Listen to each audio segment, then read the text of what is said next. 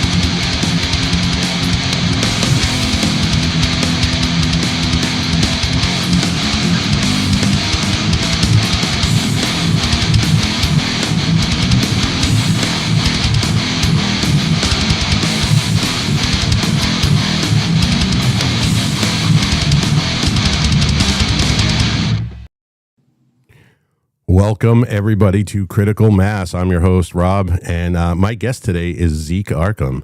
Zeke, how you doing, my friend? I'm good, brother. I'm good. It's been a wild and crazy morning, but I'm good. What's going on this morning? No, nothing much. Like I said, I'm trying to set up everything. I run over to Best Buy because I'm picking up a new mic. I get the mic. Mic doesn't isn't compatible with my computer, so I run it back, and the guy there was like talking to me like I'm a boomer. He was like, "What? You couldn't figure out how to get the mic in?" I was like, "My man, before I pull you over your counter, shut up." Well, Zeke, I want to start off by telling you, man, this is raw and unfiltered. Say whatever the fuck you want to say. I'm a free speech absolutist. I make sure that everybody feels. I try to make sure everybody feels comfortable. There is no censorship whatsoever. Whatever you want to say, you're free to say it, my friend. Well, I had someone I think a week ago scold me on my language. So Not, dude, not here. This is not the place that you're ever gonna get scolded, bro. he was like, "Zeke, I like your post, but sometimes you use salty language." So I was like, "My man, dude, like, oh boy." Yeah, that's unfortunately our side, and I guess that this is. So I'd been thinking about asking you to come on the show for a while. I've been following you for a while. I had another account that you were actually following me on, and then it got nuked, and then I finally got it back, and then I went, all right, well, I guess I should protect myself by getting a blue check, and ended up getting a blue check. And I'm not one of these motherfuckers that's going to go, will you please follow me back? So I wasn't doing that. But what really prompted me to reach out to you and have my assistant Penn reach out to you was, and I guess this is really good that we started off with this, is that there's a problem with our side with and I say our side, conservatives, that they get all like pearl clutching about stuff, and this thing with Guar that just happened. You took it to libs at TikTok. I don't usually shit on libs at TikTok because they usually get it right, but in this situation with Guar, and then finding out that you're a Guar fan because you actually came out with some deep cuts, dude. It wasn't just like you didn't just pull this out of your ass. This was like, oh, all right, an actual fan knows this shit. I've seen him in concert and everything, man. Yeah. So I'm going to assume by that, because you're just not a fly by night metalheads, I call them, aren't really into Guar. So I assume that you dig the music as a whole. Oh yeah, no, they're. I'll tell you what. Like I remember, I'm a big nerd, so I go to Comic-Con. Well, I used to go to Comic-Con every year, and I remember they would be in Comic-Con like fighting each other and walking through, and I used to look at them and go, okay, I don't know what this is or who this is, but it's fucking cool. And and then they had like a table set up one year. So I'm going over there. I'm just looking at them because no one else is walking around dressed like them and grabbing stuff and fighting each other. So I found out they were a band. So I started listening to them. I went, hey, this actually slaps, man. I like this. And then I saw them in concert. And I pretty much fell in love with them after that first concert. Like, it was just more like they're fighting each other on stage, stabbing stuff, and they're shooting all that stuff out into the crowd. I tell you what, though, man, you get some of that stuff in your mouth, you start questioning some of your life decisions. Dude, you get that stuff in your eyes, in your mouth. You're like, what is this? You know. I mean, I just thought it was funny because, again, someone else was like, Zeke, I'm very disappointed in you that you listened to this. Come on. Like, it's a band, and they've been doing this shit for decades. They've gone up there and slaughtered like everyone. Like, calm your tits, lady. Yeah, I had made a post right after that. Was South Park was? I mean, Guar was the South Park before there was South Park. Yeah, nobody's safe.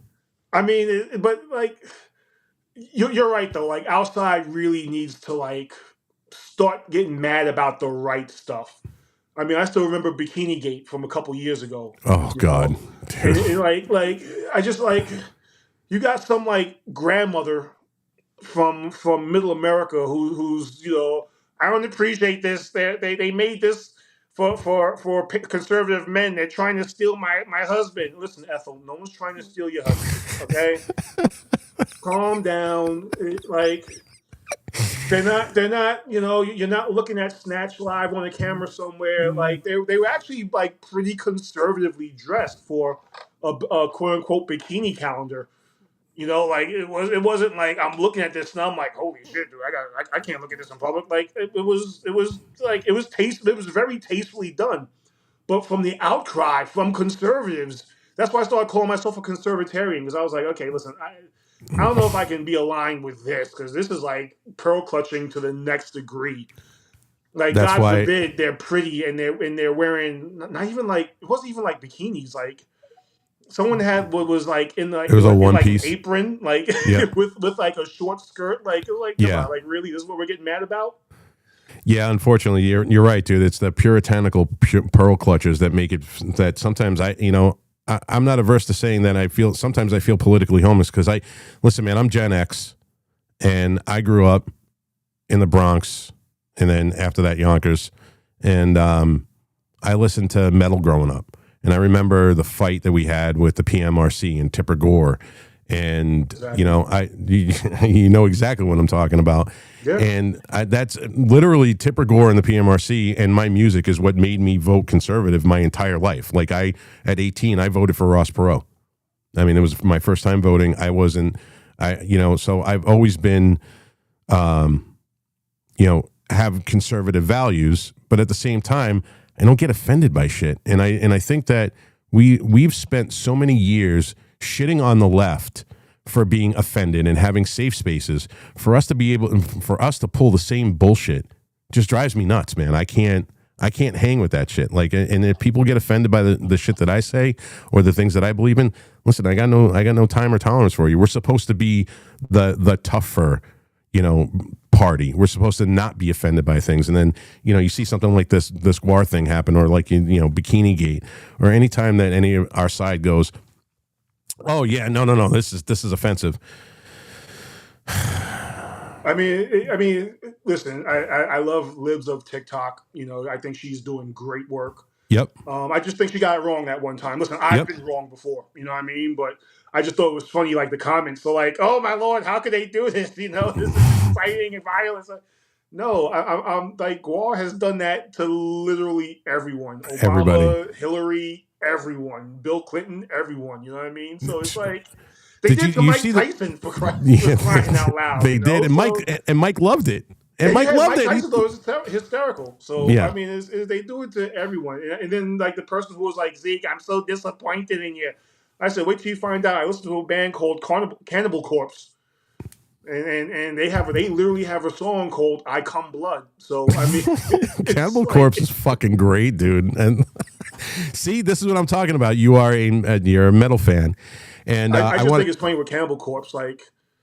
Corpse Grinder's like 55 years old. He's like fat, his but he's neck, still up there like, but yeah, this is his me. neck is like this fucking big, dude. Holy shit, that dude's got the biggest neck. Do you remember the picture of the black guy with the big neck that was the criminal Yes. that was out? Yeah. Corpse Grinder's got an even bigger neck than that. If it's even possible, he does. So real quick, I want to get back to this because I want to talk about that in the perspective of division, and well, I'll segue into that. But for the people that don't know you, do you want to give us a little background on who you are, what you've done, and just a base? Because some people were like, I don't even know who Zeek Markham is. I was like, dude's got almost 500,000 followers. I mean, how do you not know who the fuck he is? Well, I will say this. I hope this doesn't come across as like cocky or anything. Like honestly, like I stopped paying attention to followers a long time ago. For a lot of people, like it's like everything to them. No, listen, can you get me to this number? Can you get me to that number? Yep. I honestly like I post, and if people like it, great, and if people don't like it, I'm sorry. Nothing I can do. Yeah. I do have an entire folder though of posts that I've gone to hit send, and I went, and you know what? Maybe I should. This is a little too savage, bro. I have those too. Like I'm like, now because I have a show, I have more of a vested interest in not getting myself nuked. And I usually say to people that if you think what I say here on X is bad, and what I say on my show is bad, you should hear me like when I'm not on camera. I'm even worse. Oh, in real life, I've had to like apologize a couple times. It's like I mean, in real life, I'm very unfiltered. But as far as introduction on me, born and raised in Queens, New York, South Jamaica, Queens. I actually grew up right down the block from 50 Cent, so I knew all about Supreme Team and all that before I knew anything. I lived all my life here in New York. I'm actually on Long Island now just because I have a family and I like for them not to experience what I experienced growing up, gunshots, gang violence. Funny enough, I drove my daughter through my old neighborhood a couple weeks ago, and she was horrified. So I'm raising a little Long Island princess. Just 19 years in law enforcement. NYPD. No, I can't say specifically where I work. Oh, just because it's sort of a secret squirrel, but yep. Yeah. No, I'm not a fan. That's Enrique, by the way. He's down in the green room. Enrique, what's up, brother? How you feeling, man? But 19 years in law enforcement. Basically, I've had a great career, and like every other New Yorker since, I'm actually looking to leave just because this isn't the place I grew up knowing. And just between Kathy Hochul, between everything going on in New York City, it's not the same. So I'm actually looking to make my own exit, and I feel like I got paint on the side of my truck. I'm not a liberal. Just that by the time I get down to wherever I am, they don't come after me with the torches and pitchforks. Come to New Hampshire. New Hampshire. Come to New Hampshire, brother. I got to convince the wife of that one. She's all about he's waving his finger. No. Shut up, Enrique. He lives in Miami, so he's retarded anyway. Dude, we're the safest state in the country. We're the freest state in the country. That you will never have any issues whatsoever. And it's beautiful, man. You just got to deal with 1 month of really, really fucking cold weather, like really cold. Oh, okay, all right. Listen, I got to convince the wife, man. You know what I mean? I assume you guys want to go south, right? Yeah, her whole family's in Florida, like every other Puerto Rican out there. Considering we have one, I'm getting waved at. What is the issue? Can the space hear what's going on?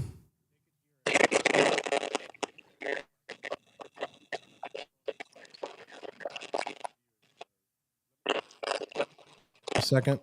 Yep. I got. Let me do a quick test really quick. Zeek, I'm gonna mute you. You might have to unmute yourself. Yeah, it's coming from Zeke's mic. Zeek, you gotta unmute yourself. Oh, and all right, I'm going back to the backstage. Yeah, well, now his camera's gone.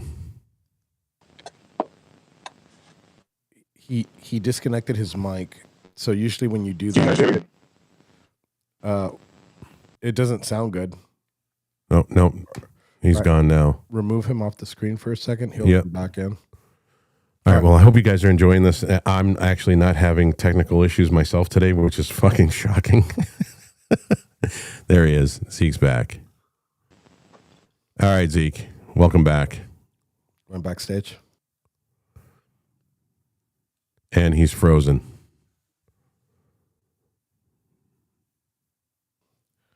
Might be an internet thing. Yep. Because that's what it sounds like. It doesn't sound like it's a hardware issue.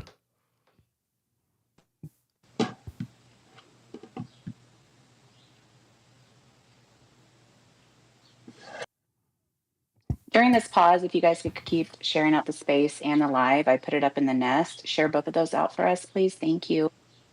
All right, Zeek, you're back. Zeek, can you hear us? He's having a hard time hearing us.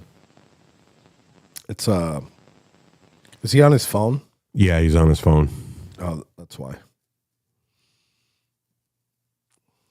He was trying to log in from his computer and somehow he got locked out.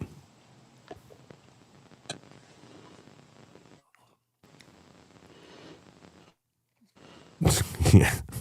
Reno says this is what happens when Enrique runs the production. I'm not running production. I was sitting in the green room. I'm actually doing a million other things. All right, Zeke, can you hear us now? Zeke, can you hear us? Shoot him a DM. Yeah. Penn, can you shoot him a DM, please, and let him know that... Copy. Thank you.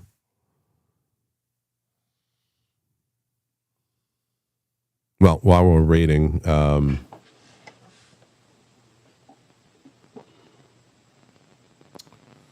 guess we'll wait for him to come back. I'm going to remove him off the screen.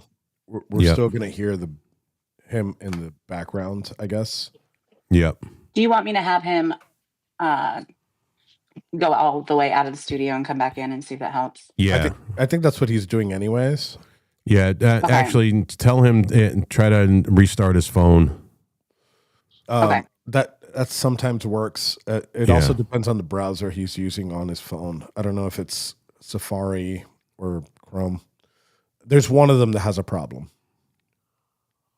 Oh, I can tell you Chrome has a problem with running EBMux, that's for sure.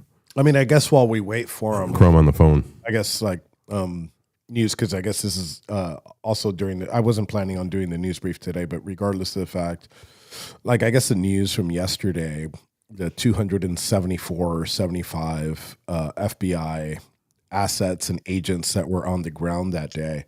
I just wrote an article on it. This isn't everybody's like saying that this is new news. It's not. We've been screaming this from the beginning. We've been screaming this from the moment that we had our trial. I got to mute him a second. He'll unmute himself. But we've been screaming this since day one, and it's not new news. It's good that it's coming out now through official channels. But in our case, look, one of those FBI agents' assets. We brought him in as a defense witness. The prosecutors didn't bring a single informant or FBI agent that was on the ground that day. We had to bring him in ourselves. Well, we find out that this guy was paid very well. This guy infiltrated the Proud Boys for about a year and a half. He said that there was absolutely no plan to storm the Capitol. He was text messaging with the FBI direct that day, and that's exactly what he said. And then on top of that, later on, we find out that this guy was part of a major breach. There was a rolling garage door that was closing. We spoke about this on the show before. And he grabs a podium, a paid FBI asset, grabs a podium and stops this rolling door from coming down and allows protesters to go into a very important part of the Capitol. I wrote an article on it. It's on my Substack, but it's pretty wild. Yeah, I had a bunch of people message me yesterday about this, and I told them, I said, listen, this is not new news. I mean, we've known this for years and years and years, and now... Hold on a second. Yeah, man. Well, I'll just continue talking anyway because the show's going on. That now that, the normies and the people... Let's see if we get Zeek back. How we doing, Zeek? Oh, and he's offline. It's all right. Thank you guys for hanging in with us while we're having technical issues. Fucking pillows in my car for like 3 weeks. I don't want to hear it. You're screaming and swearing during the show, right? We can all hear you. You didn't mute your mic. Sorry. Barry's giving me shit about having pillows. He's like, why do you have pillows and covers and blankets in your car? And I'm like, I've had them there for about 2 weeks. Yeah, that's another reason why people join. I literally live here. Enrique's Substack is now in the nest for anyone that wants to go read it. Thank you, Penn. I'm sure we'll get Zeek back soon. I hope we get Zeek back soon. Yeah, but what I was saying is that we've known about this for years. I mean, well, guys like Enrique and I have known this for years. And the general public, it to me, it's sad that a lot of conservatives are like, well, no, our government wouldn't do that. And they started coming around a little more here and there. And they saw the last, 4 years of hell that we went through. And now, people are starting to see it whole scale. All right, let's see. All right, that should be good. Oh. It looks like he's on his laptop. Zeke, you hear us? I hear you. Okay, perfect. All right, I'm going backstage. All right, there we go. All right, welcome back, Zeke. All right. all good.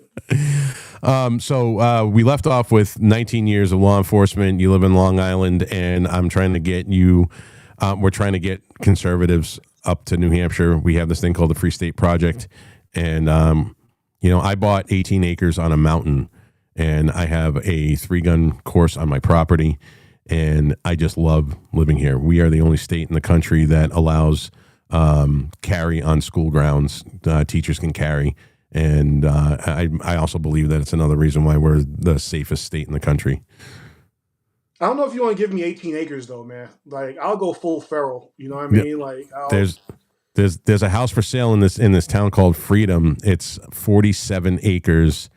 The house, a garage that's even bigger than the house with a 14-foot, garage door, offices in it, and the whole 9 yards. $650,000 for 47 acres. Yeah. Nice. That's why. But like I said, I'll go full, Texas Chainsaw. What are you doing in my house? Kind of. You give me that much space, the postman, everybody, they're all under suspect. So I don't know. You might want to keep me in civilization. Yeah, I live on a dirt road that looks like something out of a horror movie. Like when you go down the road at night, if you don't know the road, you'd be fucking petrified.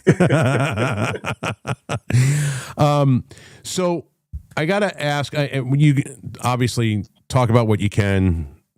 If you can't talk about it, what's it been like in law enforcement over the last, say, 10 years, as far as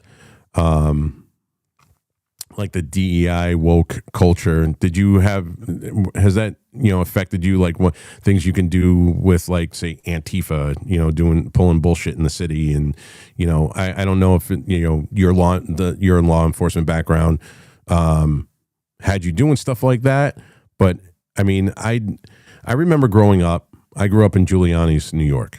That was, and they cleaned up the city. He really did a fucking amazing job cleaning up the city. And there's no denying that. But I do see now the NYPD, especially during COVID, arresting people for not wearing a mask. Well, I'll say this: blue cities in general are hurting because all the woke DEI, bow to the woke mob kind of thing is happening, and that's why they can't keep the cops they have, and they can't get new cops. So all the blue cities are hurting right now because it's getting to a point now. If you look at Seattle, if you look at Chicago, New York City, Boston, St. Louis, Boston, any place else, they can't keep anyone. They can't get new people because you've now got cops in a place where they're playing defense instead of playing offense, and it's no good for anyone. So that's pretty much where they all are. And if Florida has no problem getting cops, retaining cops, anything else like that. Texas has no problem with it. Any other red state has no problem with it. Any other red city has no problem with it. But all the blue cities are hurting, and they fail to see it's their own policies. So that's where we are right now. And if there isn't already a full blown crisis, there's going to be one very soon. Do you get the sense of fellow law enforcement, and I'm picking out COVID specifically, but we can go to plenty of other things, that they didn't want to take part in this bullshit, and what the mayor was saying in New York City, going down and literally ticketing people and arresting people for walking on a beach by themselves?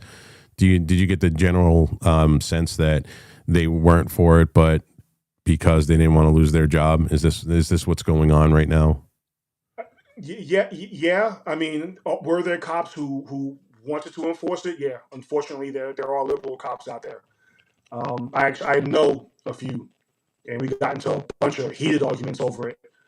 But for it's like 70-30. The overwhelming majority of cops out there were this isn't what they signed up for, and they would tell 70% of them. 70% of them said that. I would say, I would say 70-30. Well, this isn't what they signed up for. Encouraging to this hear. Isn't what they wanted to do. But they were. If their backs were to the wall, they had to. I will also say this though: there were a lot of things that were filmed and put out there just to make the cops look bad, and B, to make the people look like victims. Because I know firsthand accounts of cops I've spoken to all over the country who were desperately trying to talk to these people like listen, right now you're trespassing because the owners don't want you here. This has nothing to do with COVID, has nothing to do with anything. You're trespassing because the owners don't want you here anymore. So you have to leave. And they would act out for the camera. Just to make them, like I said, it's the same thing when like BLM picks fights with cops, but you see like the 15-second clip of when the cop is done talking, and now all of a sudden they gotta put hands on these guys, and now BLM is like, oh, look at what these cops are doing to us. It was the exact same thing, exact same principle. There are opportunists on every side. I found out. So I can't even just say it's liberals who are opportunists. There are opportunists on all sides. So that was a lot of what was going on during COVID. And unfortunately, it made law enforcement in general look bad. And there's nothing I can say to fix that or explain it or anything else like that. It made law enforcement look bad. So this goes to my next question. Mandami. What do you think the police force is going to look like then? And what do you think of his chances of winning? I know how I feel about it, but I want to hear from somebody who's actually there and what people are saying around you. Unfortunately, I think he's going to win. Yep. I mean, my main question, though, is you mean to tell me of all the 7 million or 10 million or however many million people are in New York City, the best we could find is him? You know what I mean? I mean, it's a shame that's what's happening with this city. It's a shame that someone like Kathy Hochul, who is grossly incompetent, is the governor of a major state in the country. It's a shame that Gavin Newsom. I mean, to his credit, Gavin Newsom is more suave than Kathy Hochul or Mamdani. I mean, he knows how to listen. I mean, I'm a fan of Sean Ryan, but holy shit, he talked circles around Sean Ryan. Yeah, that was not a good interview, too. Yeah, and Sean Ryan let him, which I was so disappointed. I was like, bro, come on, call him on some of his bullshit. Come on. And then he hands him a fucking SIG 365. I was like, what? I was like, what? One of the most anti-gun governors in the fucking country. You're handing him a gun? Yeah, but he spun it like he spun it like, oh, I'm not anti-gun. I just want to do this and I just want to do that. And if we could just get this done, and if we could just have this going on, and it's like, oh, come on, bro. Like, Sean, at some point, please call him on this. Like, and he didn't. He didn't. And I mean, and to this day, Sean Ryan's like, oh, people weren't happy with me because I had him on. No, people weren't happy with you because he was bullshitting you the entire interview, and you let him. Absolutely. You let him. That's why people are pissed at you, bro. Yeah, you didn't ask the hard questions that we all wanted, and you didn't push back on him when he needed to be pushed back on. That was a disappointing interview. What was funny was Joe Rogan actually texted Sean Ryan a question, and Sean Ryan asked the question to Gavin Newsom. Only problem is Gavin Newsom didn't actually answer the question. Nope. he danced around the question and I like Joe Rogan. I'm a fan of his. I don't understand why he doesn't like me. And it was like, but he didn't answer the actual question. He just he danced around it. So that's why I say he's more suave. Yep. Then so Kathy Hochul just says dumb shit and then throws out Zeek, like a half-assed apology. Well, I guess she was right. You don't know how to use your laptop. Yeah, apparently I don't know the word computer. I got a fucking computer right here. I just don't know how to use it. When she said that, I was like, what? Black kids in the inner city don't know how to use computers. I went, Jesus fucking Christ. Her career should have been done right there. Right then and there. Just said, you know what, this bitch is crazy. But it's like she's like actually up ahead of at least Stefanik, which I'm like, oh come on, like this isn't my state anymore. Yeah, like I said, I grew up there in the 80s, and I'm 50, so I'm Gen X, and I was born in the Bronx, Misericordia Hospital, and then right after that, we not too long after that, we moved to Yonkers, so I was like on the South Bronx line, and so I was always hanging out in the Bronx growing up, and I don't remember this much divisive fucking bullshit. I mean, look, where I grew up, it was Italian on one side, it was Jewish on the other side, it was black all around us, and everybody fought everybody. The Italians fought the Jews fought the Italians fought the blacks fought the fucking Jews. But we always had, still even then, we had a sense of community, and women were safe walking down the streets. It didn't matter what color you were. It didn't matter who the fuck you were. A woman and children were always safe. The community would always come together. I remember that. You fuck around in where I lived, that was it. You don't mess with kids and you don't mess with children. And we would always come together on stuff. And I don't remember ever, having the arguments and the fights and, people, my parents were Reagan Republicans, and, my neighbors were, Democrats, but they didn't hate each other. We still broke bread with one another. We still had, civil political discourse. Never seen anything like this in my life. And it's unfortunate because I know that if you go upstate New York, like I spend a lot of time in Sterling. I love Sterling. I love that area. Oswego is fucking beautiful if you've ever been up that far in New York. Stay the fuck out of Buffalo and Rochester, though. Too late. I've already been there. Oh, God. Rochester is so bad, dude. Jesus, man. I went there, and they literally have signs on the street going, we are not responsible for things that are left in your car. Your car will be broken into. Good Hide Lord. everything. Yep. There's street signs everywhere you go. But for me, dude, I couldn't live in an oppressive. I lived in Massachusetts. After I moved out of New York, I went out to California. Thought I was going to be a fucking heavy metal star.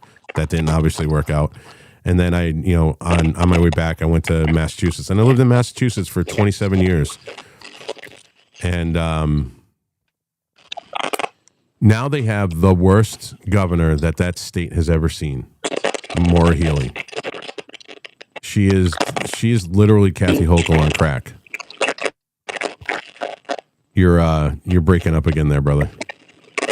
I'm breaking up. Hold on. Let me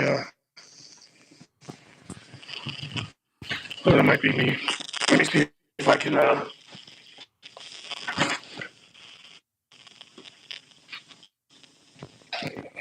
fix my Wi-Fi.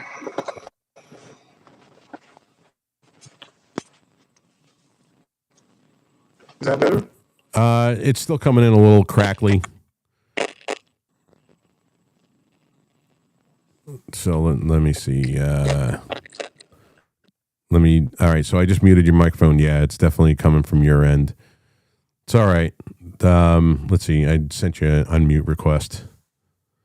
We'll just have to deal with it, dude, as far as I'm concerned. And he's going to check his Wi-Fi again. And while we're on a pause, if you guys could reshare the live and reshare the space, that'd be greatly appreciated. Yeah, it's... we'll have to do this one day. Let me sign back in on my laptop, see if that fixes anything. Okay. All right. Yeah, because you're coming through your phone right now. Definitely not the mic. Yeah.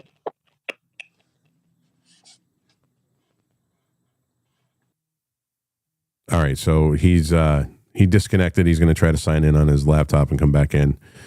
And while he's doing that, thank you guys very much for coming in here today and listening.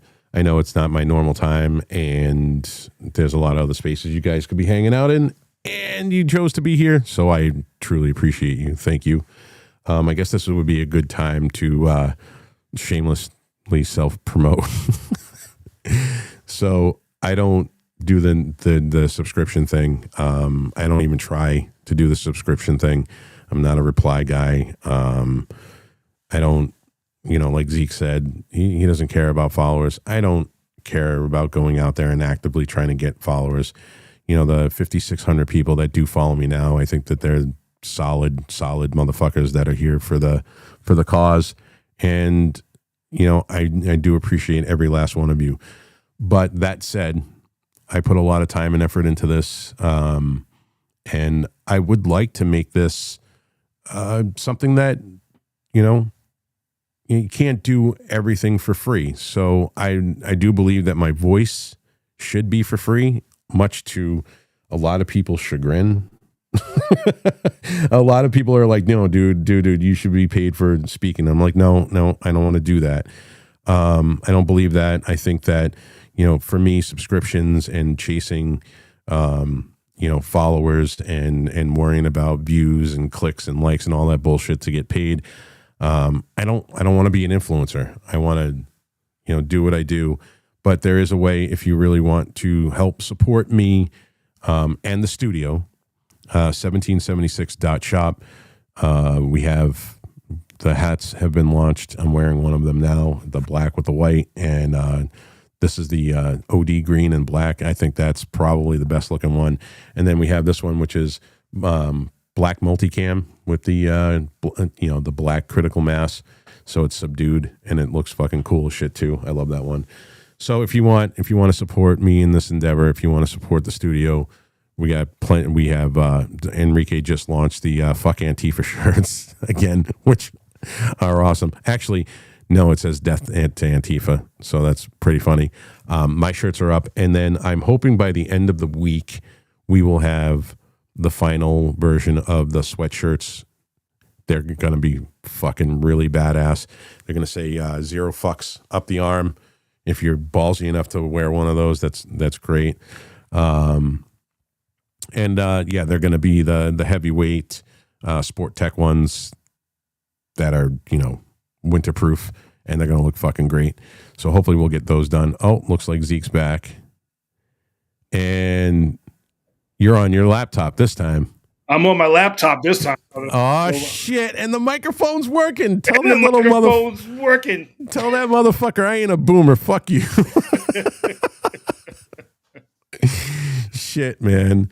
So, yeah, I mean, I think that we are.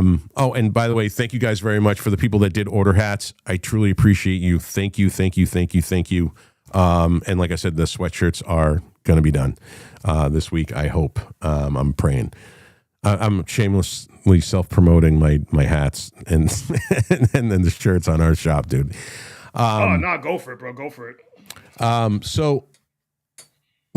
moved to Mass, and I lived here for 27 years. And the Attorney General in July 20th, 2016. Oh shit, the space crashed. Of course. Why is everything like happening today? Like, are you fucking kidding me?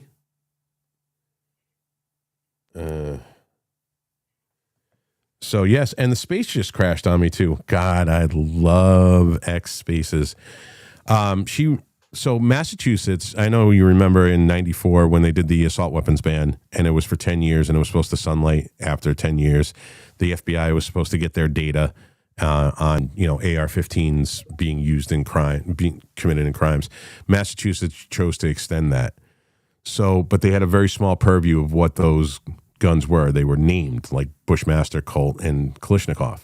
Well, July 20th, 2016, Maura Healey, who is now the governor, was the attorney general, decided that she was going to ban everything, all copies and every name. And I was just like, all right, that's it. I said, I'm out. I'm done. And how this woman became the governor of that state surprised me initially. And then I saw the voting map in Mass. And it's just, I hate to say it, like New York, it's a dead state for conservatives. I don't think there's ever any coming back. Well, I mean, the thing about this sucks about New York is that basically the way New York City goes is the way all of New York has to go, because there's so many people concentrated in that one area. So you got the Central Park, wife club who, they're like, oh yeah, no, we should fly in all the illegals and we should take care of them. It's like Martha's Vineyard, Yep. Oh, we should fly them in. We should take care of them. Not here. Not here. not in front of my building, but someplace. Not here, but someplace. So I mean, but these are all the people who are voting for someone like Mamdani. And the funny thing is, Mamdani actually said, these are the people I'm going to tax more than anybody else. Yep. And they're like, he's kidding, y'all. He's kidding. He's not going to tax us more than anybody. No, he is. He literally said that I'm going to tax these people more than anyone else. So, like I said, this city isn't what I grew up with. Like Yep. you, I grew up with Giuliani. I grew up, I mean, even Bloomberg had enough sense, like, I'm not going to fuck this up. So far, the city's doing well. Yep. The city's clean. Crime's down. I'm going to make a few changes here and there, but I'm not going to fuck this up. And then de Blasio came in and said, I'm going to fuck all of it up. Yep. And that's what he did, man. And that's what he did. But the thing is, he told everybody that this is what I'm going to do. But because he has a half black son, and his son's afro was all over the commercials and everything else like that, it's like they all voted for him. And I'm like, but then again, like, these were our options. They had They had Anthony Weiner, who couldn't stop posting his dick all over Twitter. Yep. You know, it's like, dude, you get caught with that once. This is like your fourth time, bro. Like, what is you? This is how I know you don't have any boys who can point you in the right direction. Like, all right, dude, like, give it a rest. You know, like, Yep. you know. But and then you had Christine Quinn, who she was like, fuck everybody else. I'm all about the LGBTQ. Yep. I'm gonna be looking out for them more than anybody. Fuck, I don't give a fuck about anybody else. So she couldn't win. You had the other guy, I can't think of his name right now. Bill Thompson, I think his name was Bill Thompson. I think so, yeah. But he lost before, so he was, you know, it was like, dude, you're a loser. We're not voting for you. So I mean, there were no other candidates, and they weren't going to vote for the Republican candidates, both of whom, you know, both times De Blasio ran were way better than him, but they weren't going to vote for him. So you know, we were stuck with Bill De Blasio for 8 years. And we're still paying the price of it. And then we're going to get Mamdani in, and he's going to screw everything else up all over again. So, like I said, the city isn't what I recognize. It's not the same city I grew up in. So I you know, like I said, like every other New Yorker with sense, I'm planning my escape. That's smart. How do you feel about Sliwa? Sliwa would be better than Mamdani. You know, yeah. Sliwa's like your crazy old uncle who means very well. He's just a little like out there. You know, he's fought in a couple wars. You know, you have special kind of rules for him when he comes over. You know, but you know, you can't just pop out the side room out of nowhere because he might grab you and snap your neck. You know, you gotta like, you know, kind of announce yourself before you walk in the room.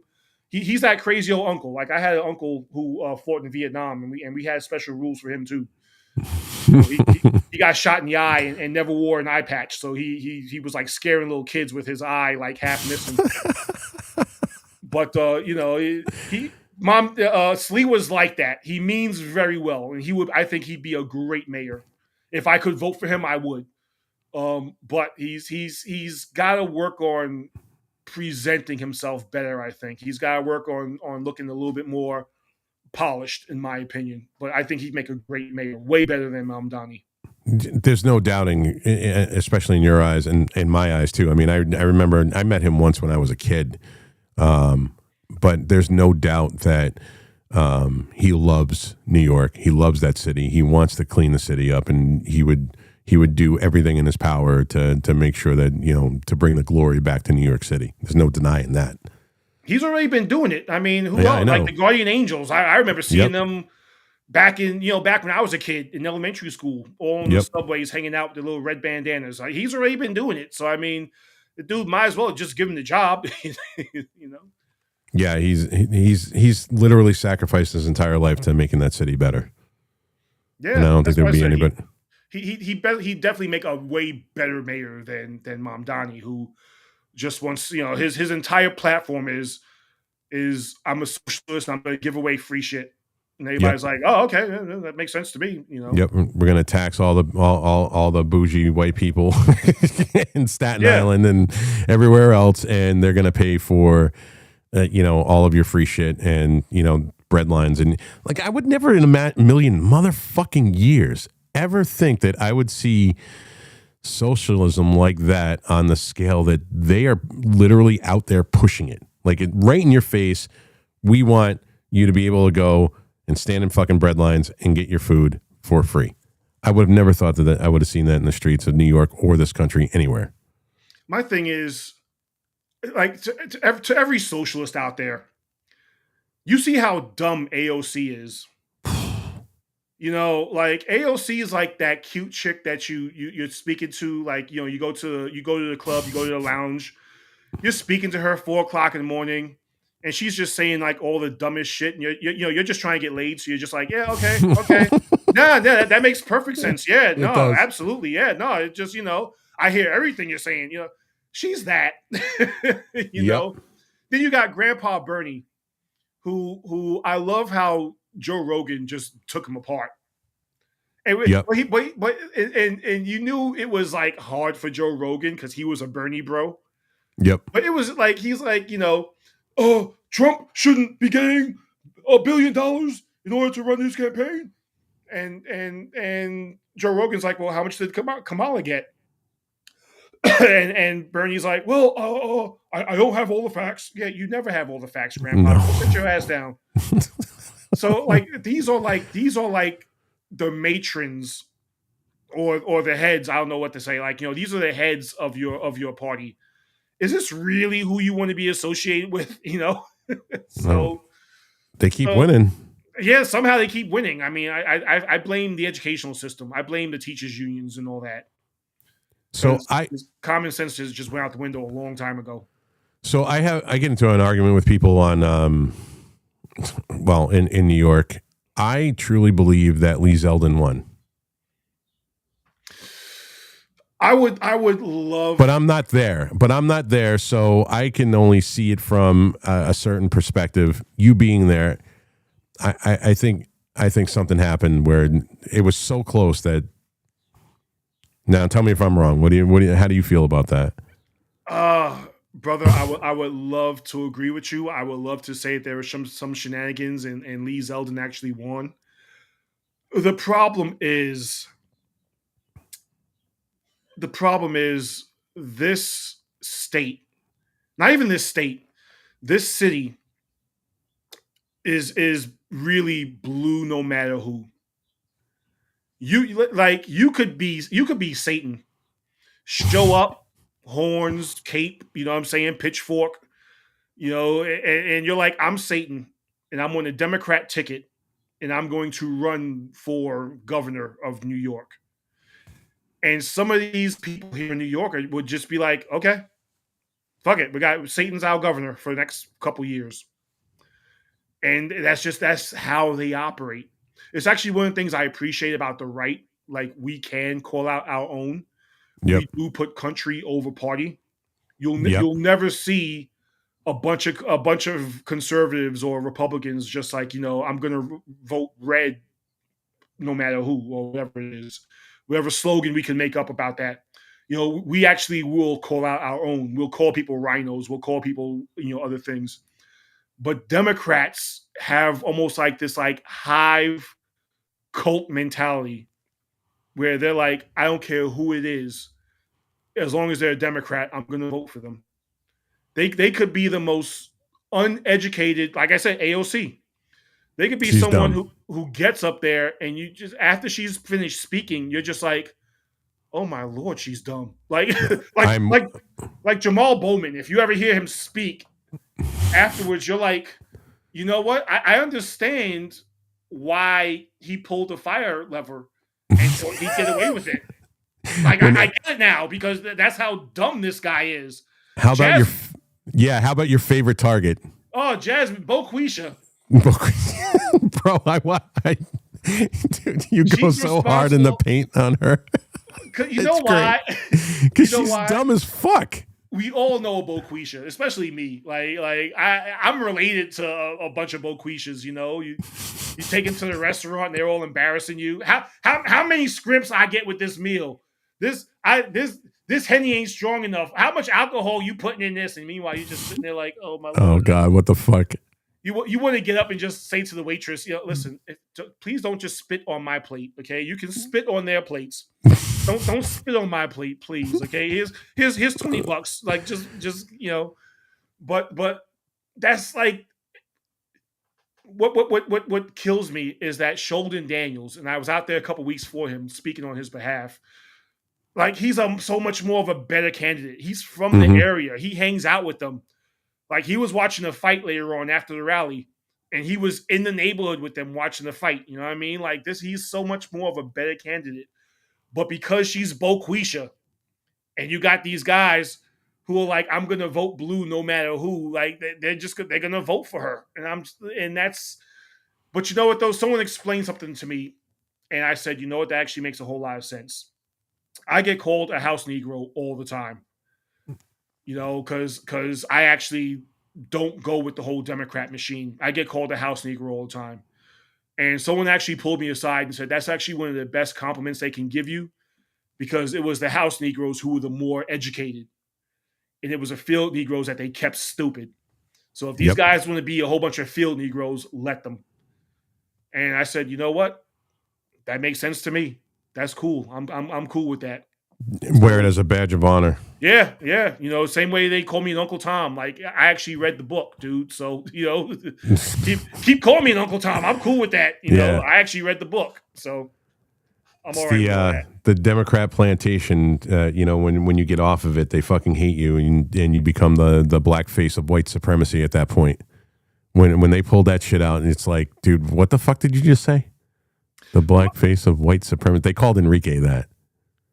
Yeah, they called Larry Elder that too. Yep. But my thing is like, why would you say something so stupid? Because I'm pretty sure that's not how racism works. Like if I went to a Klan rally, it's not like I'd be like, hey, I'm Zeek, you know, and they'd be like, oh, why didn't you say so? Oh, let him in, give him a robe, you know, like no, like. Dude, all I got in my head is the fucking what's his name? Clayton Bigsby, yeah. Clayton Bigsby. I mean, it's like that's so stupid. Dude, I can't.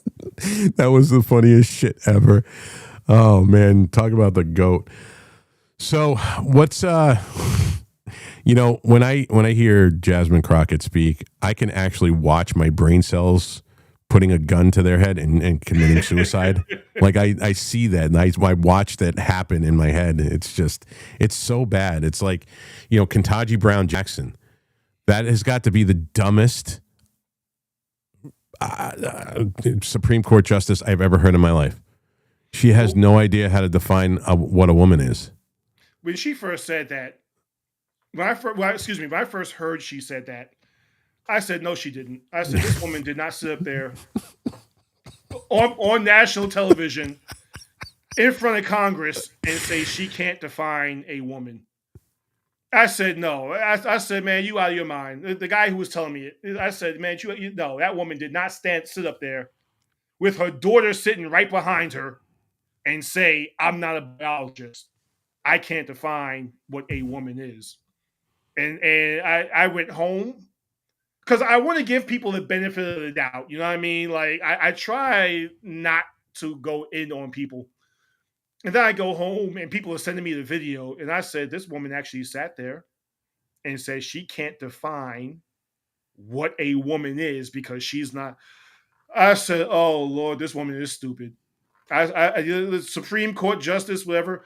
And then when she said that, what was it about the child porn that it shouldn't be, you know, it shouldn't matter how much is on your computer or something like that. It's like, lady, holy shit. This is a woman that we're going to put on our highest court. Yep. To make important decisions. No, no, you can't be a justice. No, Biden, go pick somebody else. No, pick someone who's not a complete fucking retard, please. No. Yeah, obviously that was done on purpose because she's never going to vote for the Constitution. I don't even think she's even read the Constitution. Oh, absolutely not. No, to her. But they all believe that. You know, anytime something doesn't go their way, first thing AOC is tweeting out is pack the courts. Yep. You know? Yeah, and we're never going to. So I want to go back to something you said about the fact that people like you and I, and there's a lot of people, you know, on what I quote our side, conservatives or conservatarians. That's actually a really good phrase, dude. I'm gonna co-opt that, by the way. Go for it. That will call out the right for, you know, the bullshit that they pull. What is your personal feeling on how Trump's doing? If I had to give him a grade, he'd get like a C. You know, because I didn't like the whole foolywang with the Epstein's list. How he was like, you know, there is no list. Yeah, he spent years saying there's a list. We all know there's a list. Maxwell went to prison. Where you talk like over nothing now, you know. Oh, her house in New Hampshire is for sale, by the way. I don't know about that, man. That's some bad. You gotta go in there. It's got like 100 acres, man. You gotta go in there with like a bushel of sage to burn and get all that stuff out. No, but no. Your grading of President Trump. Yeah. Yeah, I like what he's been. I like some of the stuff he's been doing, but I want to see like people getting collared. I want to see people sitting in front of tribunals. I want to see like real justice being done. I want to see like real like consequences for everything Biden did, or just the open corruption that was there. Mm-hmm. Of course, I would love to see Hillary dragged in front of something and just grilled. So I don't think that'll ever happen, but listen. The most incentive you have for dragging Hillary in front of something is the fact that she said, "If I go down, I'm taking everybody down with me." yep. Say less. Yep. Say less. Let's get her. Let's get her in front of everything. So I get the fact that they're trying to build cases. I get the fact that they're trying to come across as uh, uh, not trying to get revenge on people. But listen, man, I'm all for it. Go ahead and get your revenge, bro. This is why I couldn't be president, because you put me, you have me going to court every other day on some BS charges. You know what I'm saying? You have me sitting there. I gotta take a mugshot and shit. Listen, don't ever put me in office after that, because I'm gonna be like, listen, Yep. It's on. it's on. We're Yep. gonna fix a couple things here and there as far as the country goes, but my first priority is people are going to jail. I'm gonna put you in Attica. You know what I'm saying? I'm gonna put you in the Supermax. That's what Yep. I'm gonna do. There's gonna be a whole wing, just people who were Democrats that were sitting up somewhere that are now in jail personally because of me. I'm all for it. So I got a lot of people messaging me in DMs about asking me what my personal feelings is on this indictment of Comey, and I can't help to think. Yes, obviously he needs to be indicted. We know this, but I can't help to think that President Trump literally dick smacked fucking Pam Bondi in that Truth post, and this is the reason why we're seeing this right now. How do you feel about that? Because I don't think she's done like I don't like her. I never have. I've been saying it since the beginning. Like, she's not what I wanted for Attorney General, and I don't think she was going to do shit. But I think that her job is on the line. I think so. I think so. I think there's more she should have done. Like I said, don't ever have me be president, because I'm gonna have revenge on everybody, and I'll go up there and admit it too. Are you going after them because they put you? Yes, I did. Yes, yeah. I'll admit it. I think Pam Bondi needs to be more aggressive. I think the time of talking is over, because we've seen what the Democrats are going to do when they get in power, and they're not going to stop. God forbid Gavin Newsom becomes president in 2028. God forbid that happens. What do you think is going to happen to J.D. Vance? What do you think is going to happen to anybody else who stood up against the Biden regime, or just had the balls to call all this bullshit out? Look, I mean, just, we've seen what happens when they get in charge. So we need to expose them. We need to have the truth out there. We need to be playing offense on this. And I think people are scared because they want to protect their positions for anything in the future. They don't want reprisal. I think they're afraid, and I think they need to stop being afraid. And let's start going on offense. Letitia James in New York. You know what? If she did wrong, and she was putting herself as her father's wife, to get deals on a mortgage or whatever, then that needs to be brought out. All of it needs to be brought out. Mm-hmm. Fannie Willis God. in Atlanta. If she was doing stuff wrong, that needs to be brought out. All of them. Alvin Bragg, all of them. If they are involved in some corruption, and this administration has solid proof of that corruption, they need to be going live with it. So I like Trump. I don't regret my vote at all. Did you vote for him all 3 times? Yeah. So did I. Honestly, and I'll say this, and people know this about me. People who've been following me for a while know this about me. I was a Obama fan when he first ran. I grew up pretty much. I don't want to say a liberal. I wasn't a liberal. I wasn't a leftist. But I consider myself more of a Democrat than anything because I always been taught in New York. I'm sure you were taught the same thing that the Republicans were all about like big business and businessmen and white collar and stuff like that, and the Democrats were the blue collar party. At least that's what I was taught. Yeah. So that's what they tried to make us believe when we were young, and that's what it was pretty much in the 80s. Yeah, exactly. So I was a 2-time Obama voter. The first time I was on fire for him. I was like, Obama, that's my boy, that's my dude. The second time I was like, the only reason I'm voting for him is because I don't like Mitt Romney. I couldn't agree with you more. I was not a fan of Mitt Romney at all. I really just didn't like Mitt Romney. Something about him kind of like was like, I don't know about this guy.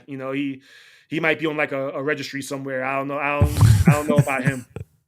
Although I will say this, I do credit Obama with bringing me over to this side because he was so wrong about everything that I started doing my own research and kind of red pilled myself. So I do thank Obama for that, for bringing me over to this side. But then it was Trump against Hillary, and I said, "There's no way I can vote for Hillary." Hillary is like the devil incarnate, so I'm not. Yeah, she's got like her own special seat in hell somewhere. Oh yeah, sitting right next to Satan. Oh yeah, shoot, she's right there at the right hand of Satan. She is right there. She's getting served next after him. But yep. I voted for Trump. I wasn't like a fan of Trump, but I said I'm going to vote for him over Hillary. And he won me over. I'll say that he won me over just from everything he was doing, the way he spoke, just the way he was just like, listen, this is how it's going to be. And, I've never regretted my vote for him, but I do want to see him do more. I do want to see him step up his efforts. And I do want to see him really just start, just like I said, play offense against these guys now, because they've already shown us what they're going to do when they get in power. And they've already started talking about what they're going to do when they get back in power. Mm-hmm. So we need to be preparing for that. Absolutely. One of the things was I know it's a small issue, but it goes to something bigger, just to try to prove this to people that if you don't believe that the Democrats, when they do, not if, when they regain power, they're coming after us. In the big, beautiful bill, there was the Hearing Protection Act and the Short Act, which was to pretty much get rid of the NFA, get rid of short-barreled rifles off the NFA and suppressors, just make them accessories again. And the parliamentarian was like, "Oh no, you can't do this." Well, no, we could have overrode the parliamentarian. That's another long topic for another. But the point is that they thought it was a win that they got rid of the tax. It's still on the NFA, but got rid of the tax, and then. As soon as I said, before that even came in, I said, listen, you don't seem to understand. The $200 was a huge, huge tax in 1935. That was huge. They did that to stop people from being able to own short-barreled rifles, machine guns, and suppressors. Back then, if they get in power, today, that $200 equates to $5,000. Yeah. And then they put something out that they're putting into the House. It's not going to obviously pass, that they want to raise the NFA tax to $4,700. What people don't seem to understand is that when they do get back in power, every single freedom that you think you enjoy now is gone. They're going to come back at us 100 times harder than Biden went on us. Well, look at the first thing Biden did when he got in office. Like, he got sworn in and immediately 800 people. What was that? 800 people arrested like that. Yeah. He got in and then all of a sudden he just started undoing everything Trump did. Yep. Dude, no wonder he had to use the auto pen. That brother's hand after that first day was done. Yep. He couldn't sign another thing if he wanted to. But that's what they're going to do. Like you said, when they get back in power, because eventually the pendulum's going to swing in the other direction when they get back in power. My only hope is that somehow an AOC or a Jasmine Crockett manages to beat Gavin Newsom in the primary, and then I'll have material on top of material on top of material. It will benefit me personally, just over an X. X and Instagram. So I'm looking forward to it. But no, I mean, people have to understand that the freedoms that you enjoy in this country, and I'm not saying Republicans are the answer at all, because a lot of them really are wolf in sheep's clothing. But you have to look at who you're voting for, and you know the thing I say to everyone about Bill De Blasio is he told you exactly who he was before he got into power. Yeah. Kathy Hochul told you exactly who she was. All these politicians, whether it's even Brandon Johnson over in Chicago, they tell you exactly who they are before they get into power. And then they get into power and they start doing all the shit that they said they were going to tell you that they told you they were going to do. And people are shocked, like, oh, why is crime going up? Because he told you he was going to empty the jails. Yep. Oh, why we have this lower quality of life? Because he told you he was going to do it. Like, these people aren't lying to you. They're not misrepresenting themselves. They're telling you this is what I'm going to do. It's like that episode of the Powerpuff Girls where the villain gets in charge and she becomes a mayor. And she goes, all crime is legal now. And all the villains, all the bad guys are beating up the innocent people out in the street. And then people are like, save us, Powerpuff Girls. Powerpuff Girls are some of the most violent shit you will ever see in your life. Well, they did have a tranny as the devil. Yeah, they did. Yep.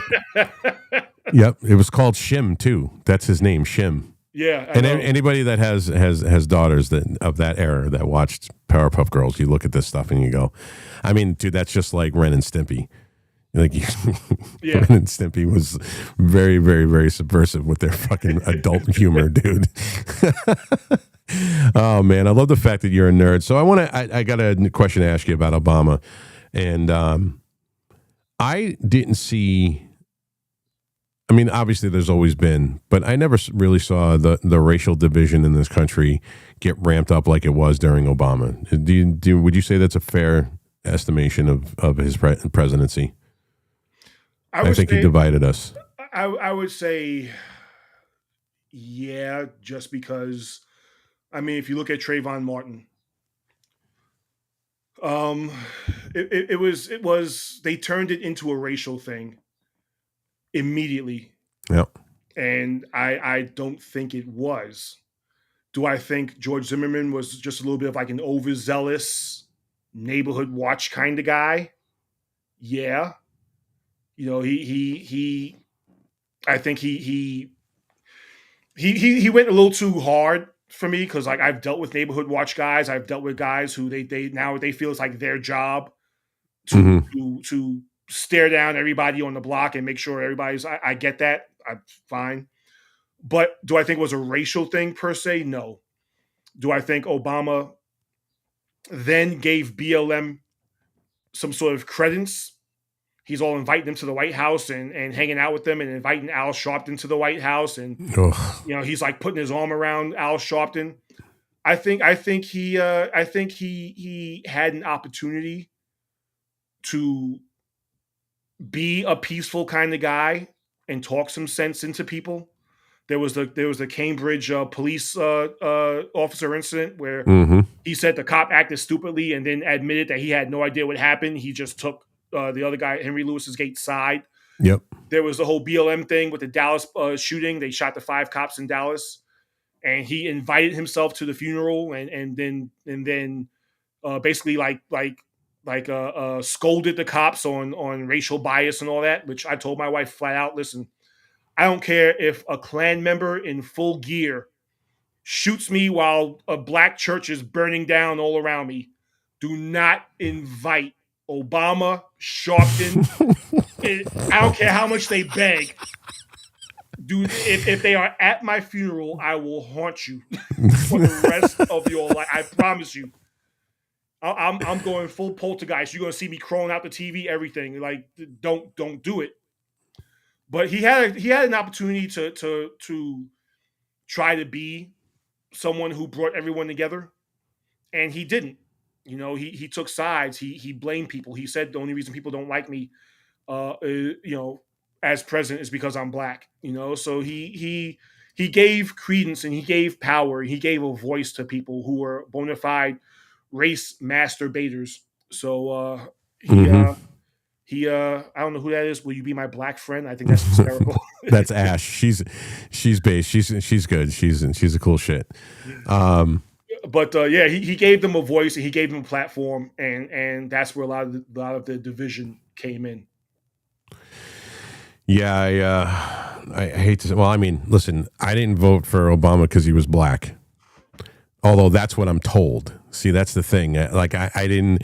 There was no convincing anybody that I didn't vote for Obama because I've been voting conservative my entire life. It was just because he was black is the reason why I didn't vote for him. So it got to a certain point where I just started leaning into this. Like we get called racists and homophobes and transphobes and bigots and fascists so much to the point that you have to just be like, okay, I am. Like I give up. Like there's nothing I'm going to do to ever convince you that things are different, and you just got to go and, go on with your life. And this is why I think the left has gotten so much power is because, there's very few people like us that didn't really give a shit about the labels that just went on with our lives. Too many people were worried about getting canceled. Too many people were worried about getting the dreaded homophobe or bigot label or, like you're a transphobe if you have genital preferences and you won't sleep with a woman that has a lady dick, you're a transphobe and a fucking bigot now. Okay, sure. Yes, I like actual natural vagina. I don't want anything to do with tilapia and whatever the fuck. I said tilapia. They're literally using tilapia skins to make these things now. Are they? Yes. Holy. Okay. Yeah. I was 8 years old when I learned that.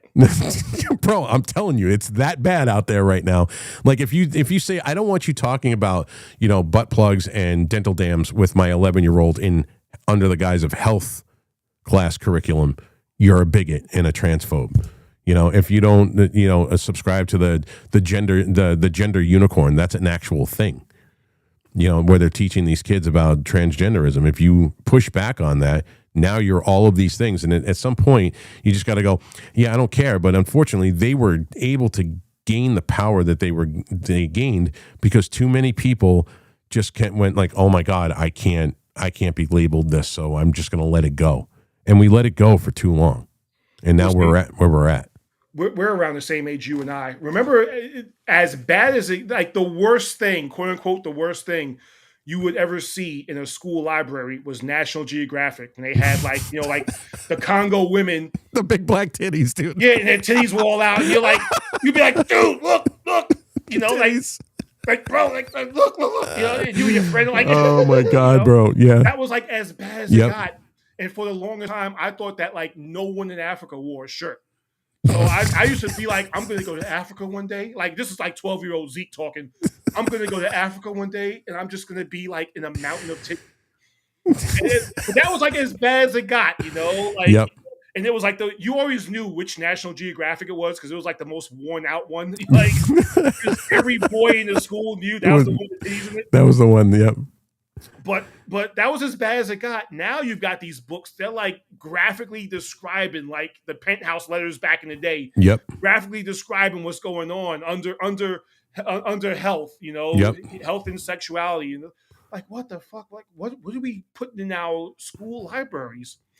And it's unless you're joyously or like you have these teachers there who show up and I got into an argument with someone over this because they were like, oh, they're just being themselves. When you have these teachers here who make a point of saying, I'm not a he or a she, I'm a them, they, or I'm a they, zer, or whatever pronoun, they whatever the pronoun. You know more about that than I do. Yeah, bro. Yeah, New York, right? But you have these teachers who they make a point of it. And you have kids who genuinely are curious. And you have kids who want to please their teachers because they're spending 7-8 hours a day with these people, see them as sort of like second parents. So they want to have their teachers' favor. These teachers all know what they're doing. My name's my pronouns are Enrique Terrio, like that. But you have these teachers who know what they're doing. It's bona fide indoctrination. And it has to be stopped. It's not that they're just being themselves. They know what they're doing. It has to be stopped. And they've always said, we're going to go after your kids. Yep. And that's why, like, I went viral because I put a shirt on that said, I'm just a dad trying not to raise a liberal. And I said I'm Good going to shirt. wear this at the next parent teachers meeting, so that these teachers know exactly where I'm coming from. Thankfully, I live in a part of Long Island that's pretty deeply red, so there's nothing going on there. There's no hidden agendas, anything going on there. But I feel for these kids in these deep blue cities who they have to go through a drag queen story hour, or they have to go through these teachers who now feel it's their job to indoctrinate your kid. I feel for these parents, and I'm all for, hey, listen, if you live in a deep blue city and if you can afford it, because I realize a lot of people can't, if you can afford it, homeschool your kid, get them away from all this bullshit, so that they can grow up and at least have a chance, Yeah, we had a little bit of an, before I go into this though, I want to let everybody know in about 10 minutes we're going to go to hands over in the space. I don't know how much more time you have, Zeek, so I don't want to assume. So, and I know there's probably people that want to have join in on the conversation. So if you guys do want to ask a question, if you want to say something to Zeek, please put your hand up and we'll call on you. During COVID, they were allowing, like, my son's 15, and he was sitting at the desk and he wasn't wearing the mask. Right, so all the kids sitting at the desk weren't wearing a mask, and when he stood up to go get to sharpen his pencil, they made him put a mask on to walk 3 feet to the pencil sharpener, and then walk back. And then when he got in his seat, they let him take his mask off. And he came home and he told me that, Dad, and I said, and I had already been to the point where I had had enough of this fucking bullshit, dude. I was just like, Ugh. So I ended up going to the school board meeting, and this is another problem, is that we weren't really active in our kids. Like, I mean, I was, but for the most part, we weren't really active in what was going on. We just allowed the schools to do whatever they want to do with our kids, and we weren't paying attention to what was going on in these schools. And all of this stuff started to creep in and take over our schools, so that they're pushing this agenda on our kids.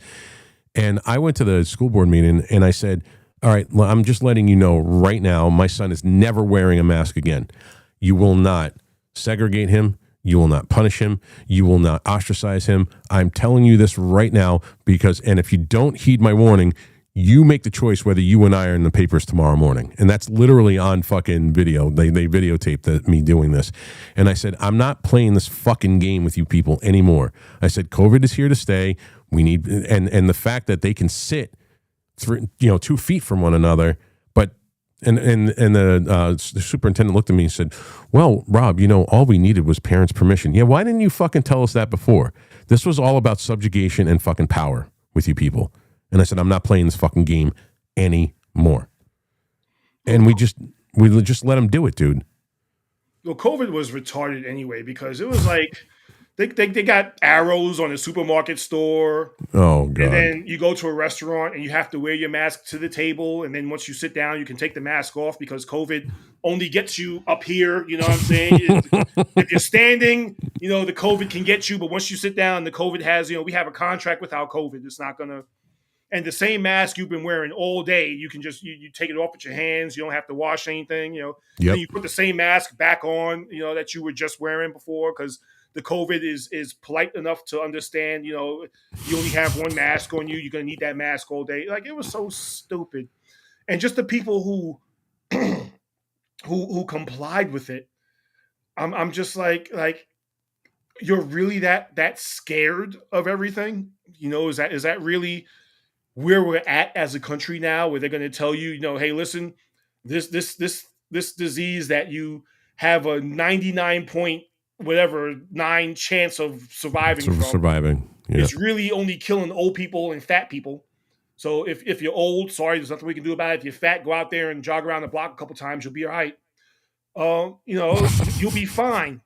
And people were really like, oh, I can't, you have to talk to me through the door. You have to, I'm going to put this glass up. You have to talk to me through the glass. It's like, come on, people. It's like these motherfuckers that are still masking alone in their cars to this day. Alone in their car. Listen, if you are in, I always say all the time, if you're in the left lane driving 50 miles an hour, and you have a mask on in your car alone, I already know who you voted for.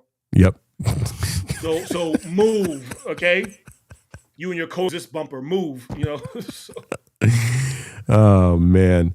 All right, so we actually have some people in the chat that want to ask a question. Booby, go ahead, man, my friend. You are live with Zeek Arkham. Hey, Zeke, how are you? Good, brother. How you feeling? All right, good. I'm in the Bronx, right? But most of my family was on the job with NYPD. A lot of them out of St. Albans and stuff like that. To the core. But I want to ask you, as far as implementing mayors these days, well, my opinion is, being that New York is the financial center of the world, I really think that we don't even have elections no more. I think that with Fink going to WEF, I think that with BlackRock, Blackstone, and Vanguard, these people across these lawless blue states are being installed. There's no way that these dummies are going from to being a congresswoman one week and then the next week you're mayor of LA.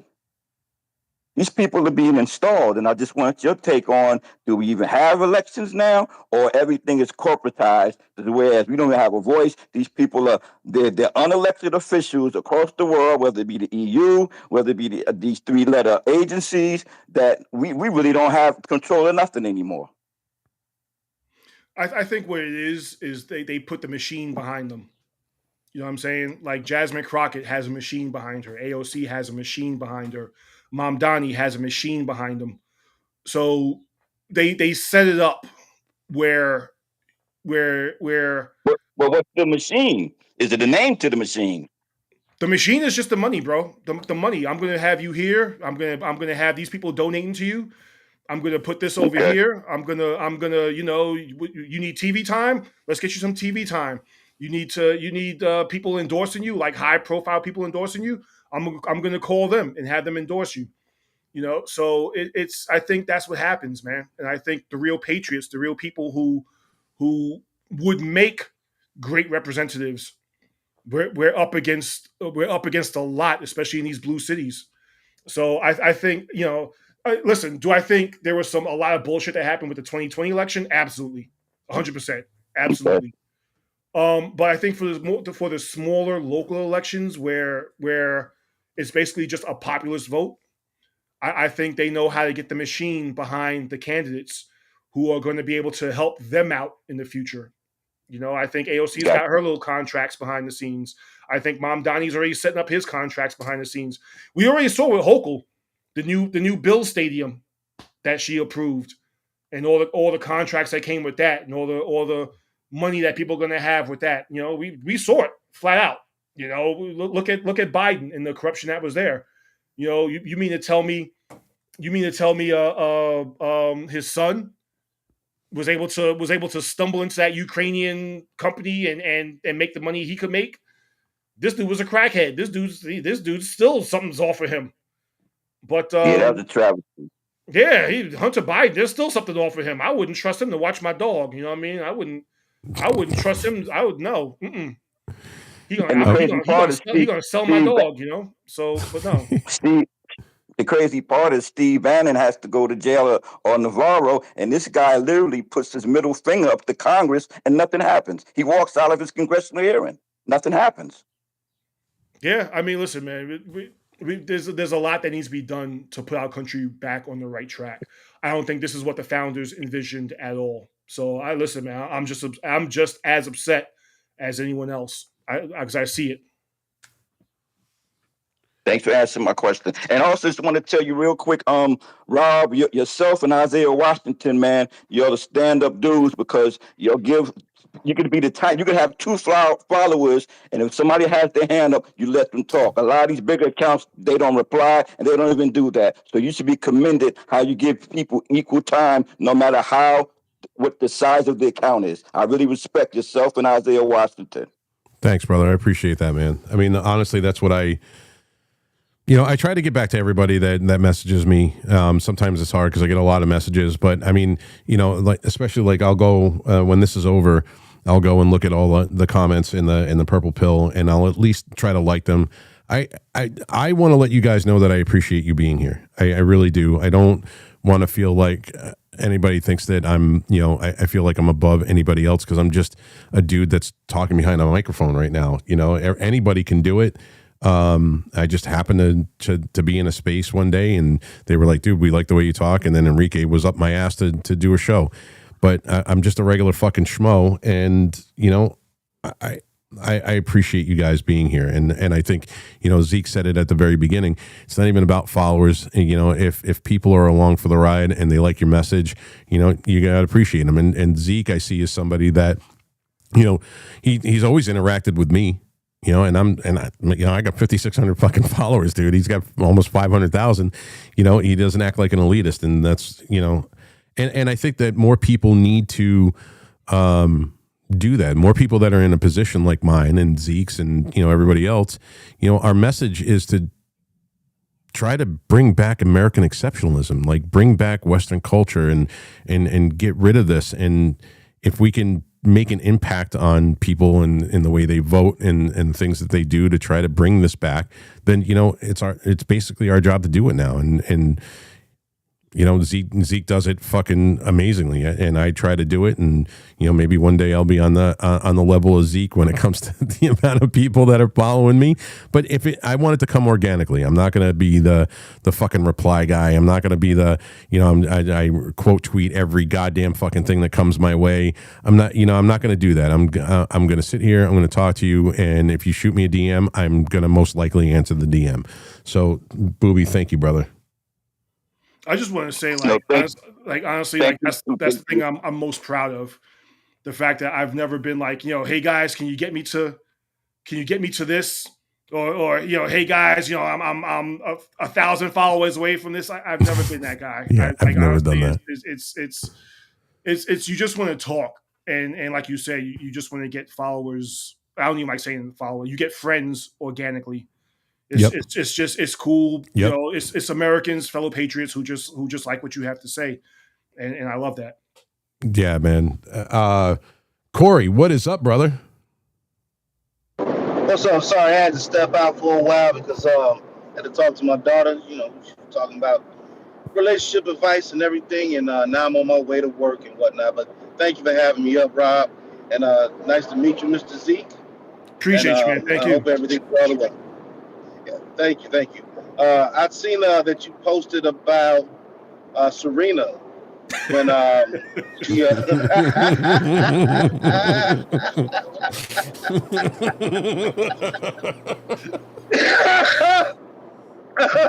yeah, man. Hey, you know what? And I found that post to be hilarious. That was entertaining to read. But yeah, and I think my thing is, I think there's so many people out here trying to find racism in every facet of life instead of trying to find something good of it. When I look at the cotton and she's sitting there talking about, this is disgusting. No, it's not. I think a lot of it goes back to our heritage, whether you want to say black or white. I think it goes back to American heritage, because Black history is American history. No matter how much people want to slice it and dice it, it's all about America. Whether it's ugly or good, bad or indifferent, whatever it is, it's still there, and we should be able to learn from it. And I found it disgusting that she was sitting there. This is all nasty and all the other stuff. And I want to commend you on that post because it's something that needs to be called out. Because I have posted it. I reposted it and quoted on it. But I talked about my family history. As far as my grandfather, he wanted to buy land in Mississippi. He's from Mississippi, born and bred. And that's actually on the state flag. Was this cotton, right? That's the I think it was the magnolia flower or the cotton flower. But no matter what, it runs deep in the history and the veins of everyone in America. And I think that's what we're missing is honest conversations. I just want to thank you for that post, and it was a good read. Thank you, man. I appreciate you, man. Thank you so much. My thing is Serena Williams is worth like $200 million. Once you get to a certain point, you can't say you're oppressed anymore. You just can't. You can't play that like Oprah. Oprah's got like $2 billion. I heard a story about Oprah. She bought somebody's house just because she liked it. She just was driving past and was like, all right, I want that house. I can't do that. None of the people I know personally can do that. But Oprah, every time you talk to her, she talks about how oppressed she is and slavery and this. And Michelle Obama, who her big Sasquatch looking ass. Michael. Every time you talk to her, she Big can't Mike. wait to tell you how oppressed she is as a black woman. So I mean, like I see these posts, and Serena Williams getting triggered over a cotton plant. I can promise you, whoever put that cotton plant up in that hotel, which was probably a $2,000 a night hotel, because she can afford that. I can guarantee you, whoever put that cotton plant up was not thinking, "Oh, Serena Williams is going to come here and get offended." There's some sort of hidden racist undertone to me putting it. They probably just say, "Hey, listen, this is a nice plant. It looks nice. I'm just going to put it up." But Serena Williams, who got famous off of playing tennis, and who complained and bitched every time she lost. Remember, she threatened the judge that one year. The poor judge. Oh God. The poor judge needed like a month of therapy after that. So Serena Williams now sees this plant and oh, this is unnerving. I can't do this. Oh, look how triggered I am. Shut up. It's like that. It's like that NASCAR driver that said that there was a fucking noose hanging in the fucking garage. Oh yeah, you remember that? What the fuck? Come on, guys. If you're gonna see, go ahead, Corey. Go ahead. No, I wanted to bring up one other point. I mean, she can't be too triggered by racism if she's married to a white man. I just thought that if there's so much of racism out there that white people are racist, then why did she marry one? I just wonder, but that's just me prattling in my mind, thinking too hard. If you're looking for it, you will find it. Like if that's the first thing that's on your mind is racism, you're going to find racism in everything. You're going to find racism on a TV screen with a little, black speck. Oh my God, somebody's being fucking racist on the TV screen. And I'm so fucking over that shit, man. I really am. And it's, Zeek is obviously a fucking metalhead because you don't pull fucking Guar and fucking Cannibal Corpse out of your ass without being a fucking metalhead.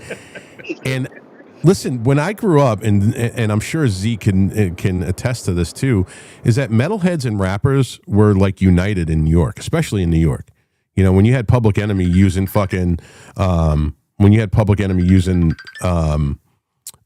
Slayer Rain and Blood riff. Yeah. I mean, the Angel of Death riff in their song She Watched Channel Zero. You got Onyx and Biohazard doing duets. You got fucking Anthrax and Public Enemy redoing fucking Bring the Noise underneath the fucking Brooklyn Bridge. We weren't divided. My ex-girlfriend who was younger than me, she's a millennial. She's 38, and she didn't realize that because she grew up in a time, through Obama, obviously, she was in her early 20s, and she didn't realize that this shit happened. That she was already programmed into the fact that black people and white people and metalheads and rappers were not ever together at one time. And then I went down the rabbit hole with her, and I was like, "Oh, here's the Judgment Night soundtrack," and she was like, "Holy shit." You remember that, right? That best what a soundtrack ever, dude! What a banging fucking soundtrack, man! That's like, did you people know that Cypress Hill and Pearl Jam had a song together? No, I bet you didn't. I mean, we all know Ice-T and Body Count. That was like the first big one where people on both sides were taking notice and go, "Oh shit, these fucking black guys are definitely into fucking metal." But I grew up in that fucking era, man. I grew up. And I don't ever remember the fucking racial division. I don't remember fucking black people being like everything you fucking did was racist. And I do believe that it was Obama that made it why we are where we are today. And people just can't see that. When you hear Joe Biden talk about, I didn't want my kids to go to school in a racial jungle. What the fuck? I'll say this as someone who went to high school in the hood. And I had a teacher, my 7th grade teacher was a hardcore liberal, which is funny because she found me on Facebook, I want to say like a year ago, and then she quickly unfriended me because no, I mean but she was like the one who was like you poor black people, she was woke before woke was woke. She was like, "Oh, you poor black people, I'm white and I have so much to explain and I have so much to do for you." And like she was the one who made us watch what is it, Lily in the Valley with Old Man River, and she was like pointing out like all the racial stuff to us. Meanwhile, this chick was like white Italian, but she was like, she was the original one who was like, oh, I have to do so much for black people, and look at me, I live on Long Island and you guys live here, and you poor black folks. And then going to school in the hood where I used to see like gangbangers and other kids talk about how hard they have it because they're black, and it's like, no, you have it hard because you're out there selling drugs and shooting people. That's not, there's a difference. But I would say Obama was the first one to make it mainstream. He wasn't the original, he wasn't the first, but he made it mainstream and he gave it a voice and he gave it a microphone. So it was always there. He just amplified it. I would have to agree. That's definitely a fair assessment of that. She unfriended me after a year though, my seventh grade teacher, because I used to call her on it. Now that I could, now that I'm an adult, I called her on all of it. Yeah, because she put something up, and I was like, yeah, no. Oh, she put up something about slavery, and I said, you do understand, slaves didn't just walk on the boats by themselves. They were sold by someone, and those someones were other Africans. And then she got into a whole thing with that, and I said, you also do realize that the rest of the world still practices slavery. They didn't just, worldwide slavery didn't just end after the American Civil War. And I think she unfriended me after that. I think she tried to call me racist too towards black people, which to this day still kind of like boggles your mind. Yeah. Yeah, to the definite silence of liberals out there, and everywhere in the Sudan. There's still slavery going on, but as a white guy saying that, I'm a racist. Hey, Winona, I am having an issue bringing people up. I brought you up as a co-host. Could you get Penn back up on the stage for me, please? Sure can. Thank you very much. I truly appreciate it. Chad, what is up, brother? Good to see you, man. What's happening, homie? At the end of the day, I had to come say hi to my homeboy, this gargantuan black fella I love undeniably. Zeek Arkham. I saw you were putting him on, and Zeek and I were on Red Voice Media together before I got fired for nothing. And so I just wanted to come in and support him and continue to support you. I love seeing you guys together. It's good stuff. Thanks, brother. Chad, give me a call, brother. I'm afraid that I'll get you fired from your job if we get together, Zeke, but I'll do that. Oh, man. Let's see. I do see some requests here. Let me, one of these days, I mean, I don't think it's going to happen, but I think that, Elon should invest a little more into X and fix this shit. Because these spaces are just fucking horrible, man. You got me for about another 10 minutes, bro. I got full. Say that again, Corey. I don't know if you were full because you got two co-hosts. There should be more up on stage. Yeah. So yeah, I got Zeke for another 10 minutes. If you guys want to say something to Zeke or ask him a question, please come on up. We got our co-host up there that will bring you up, even though I can't see you on the screen. And then we're going to continue the space for a little while longer afterwards. Chad, go ahead.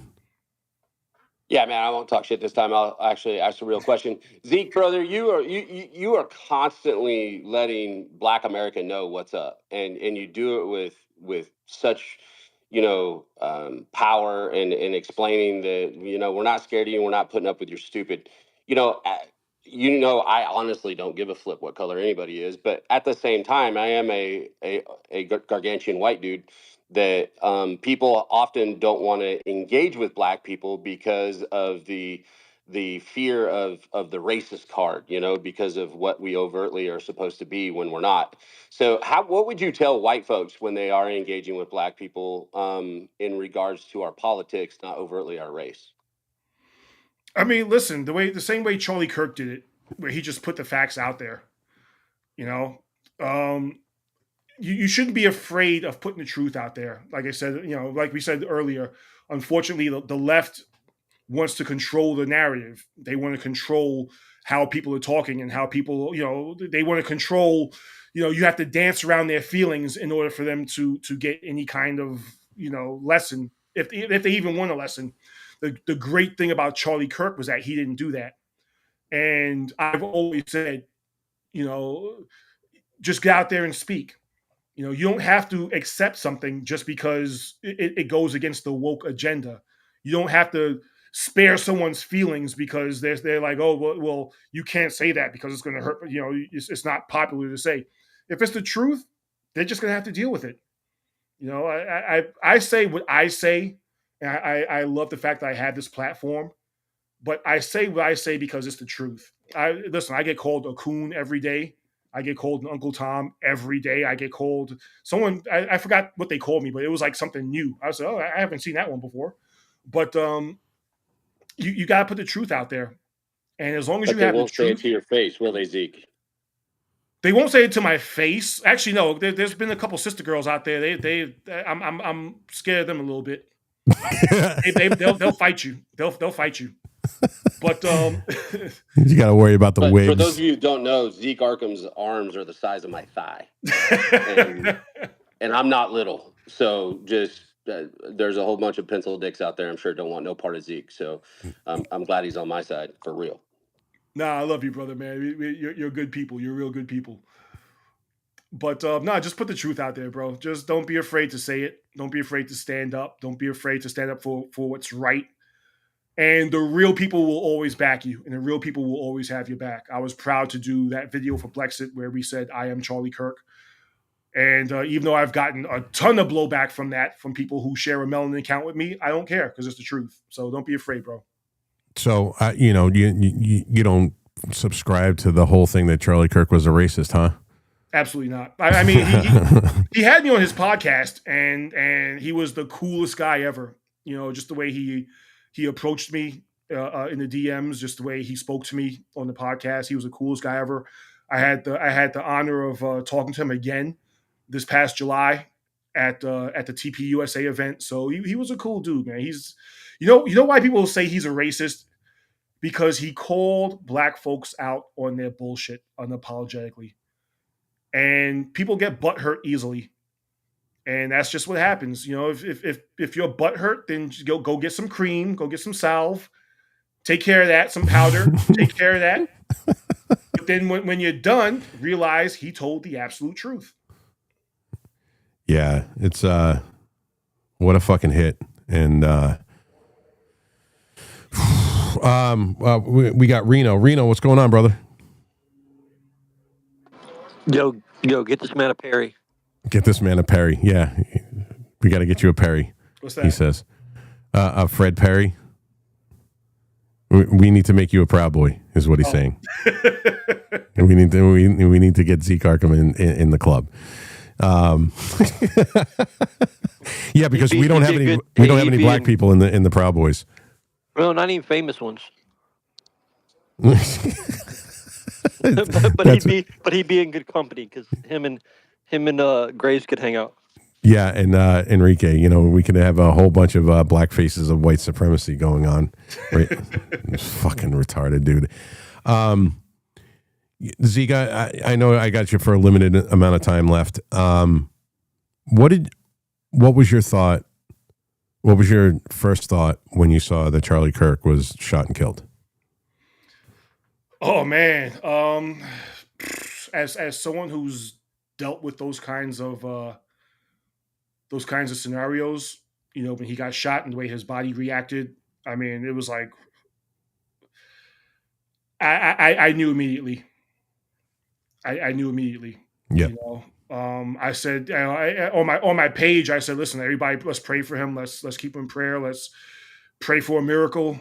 But I mean, it really broke my heart because Charlie was a good dude, and he wasn't out there trying to mess with people, or he wasn't out there trying to incite hate. He genuinely just spoke to people. And the fact that they have to use 5-second clips or 10-second clips in order to paint him as some sort of racist, while ignoring the entire minute of that clip beforehand and the minute after, they're going to use that. It's like if you get into an argument with your wife and they use a 5-second clip to make it seem like you hate her guts, but they're using a 5-second clip. Before that, you could be like, listen, I love my wife. I love everything she's doing for our family. I love this. I love that. But, but there's always the but. She but drives me fucking nuts with her goddamn shoe addiction. exactly. and then they use that 5-second clip. Hey, Zeke hates his wife in her shoes. It's like, that's what they did. But the fact that they have to do that to him shows how powerful and strong his voice is. And I said flat out, I feel like my favorite cousin died, man, because he was a good dude. And I used to listen to his debates, and I watched his show, and he was just a solid guy. He spoke the truth unapologetically, and I think we all felt like that because there was a whole sense of, I don't even know this guy, but damn, dude, they like, why, And then I was truly honored when people would DM me and they'd be like, bro, like I feel that way about you. Like, I don't know you. I've never, you don't know me from a hole in the wall. But if anything were to happen to you, I would probably mourn the way we're mourning now for Charlie. And I struggle a lot with, am I reaching people? Am I reaching the right people? Am I changing anybody's life? Are my words getting out there? And to have people say that to me meant a lot. It meant so much. So just for everybody, I said I wouldn't shout them out, and I'm not going to shout them out. But to anybody who sent me that DM or anybody who said that in comments, like, your words meant so much to me. So thank you so much. But Charlie was a great guy, and my heart goes out to. I don't know how Erica Kirk did it. I'm not going to just forgive you a week and a half after you shot my husband. I got to put some hands on you first or something. I gotta like tune you up a little bit, get hit you with the 1 and 3 combination like Mike Tyson used to do. Then I could be like, now that I broke his legs, I forgive him. I know that's not biblically how it works, but I had to stomp him out in the back quick. And now I forgive him. Was it Matthew 18 about the millstone and hurting children? And even Christ was like, no. There's some things that you need to get your ass handed to you for. Even Christ himself was like, oh yeah, no, this ain't cool, bro. This ain't cool. Like that would have been my speech. Okay, hey, listen, everybody, we have him in the back. I spent the last 5 minutes smacking him around with a baseball bat. He's going to the hospital. But I forgive him. He'll still stand trial, and I had to get my shots. I had to shoot him a couple times too, but now I forgive him. No, but listen, my heart goes out to Erica Kirk, her children. And it makes me want to just do more now. It makes me want to speak out more. It makes me want to put my voice out there more. So that was my next question. Yeah, I mean, I've already said, I spoke out for Sheldon Daniels. If anybody else, I've gotten a couple of contacts to go out and speak for Winsome Sears. I love her. She's fucking amazing. I was trying to say her full name, Winsome Earl Sears, because I just like how that sounds. But if in New Jersey, if they need help down there, I've already told Scott Pressler, I'm here. I'll get in my truck and drive. But it makes me want to do more. It makes me really want to fight for this country harder, just to honor his memory. So that's why that's why I'm doing what I'm doing.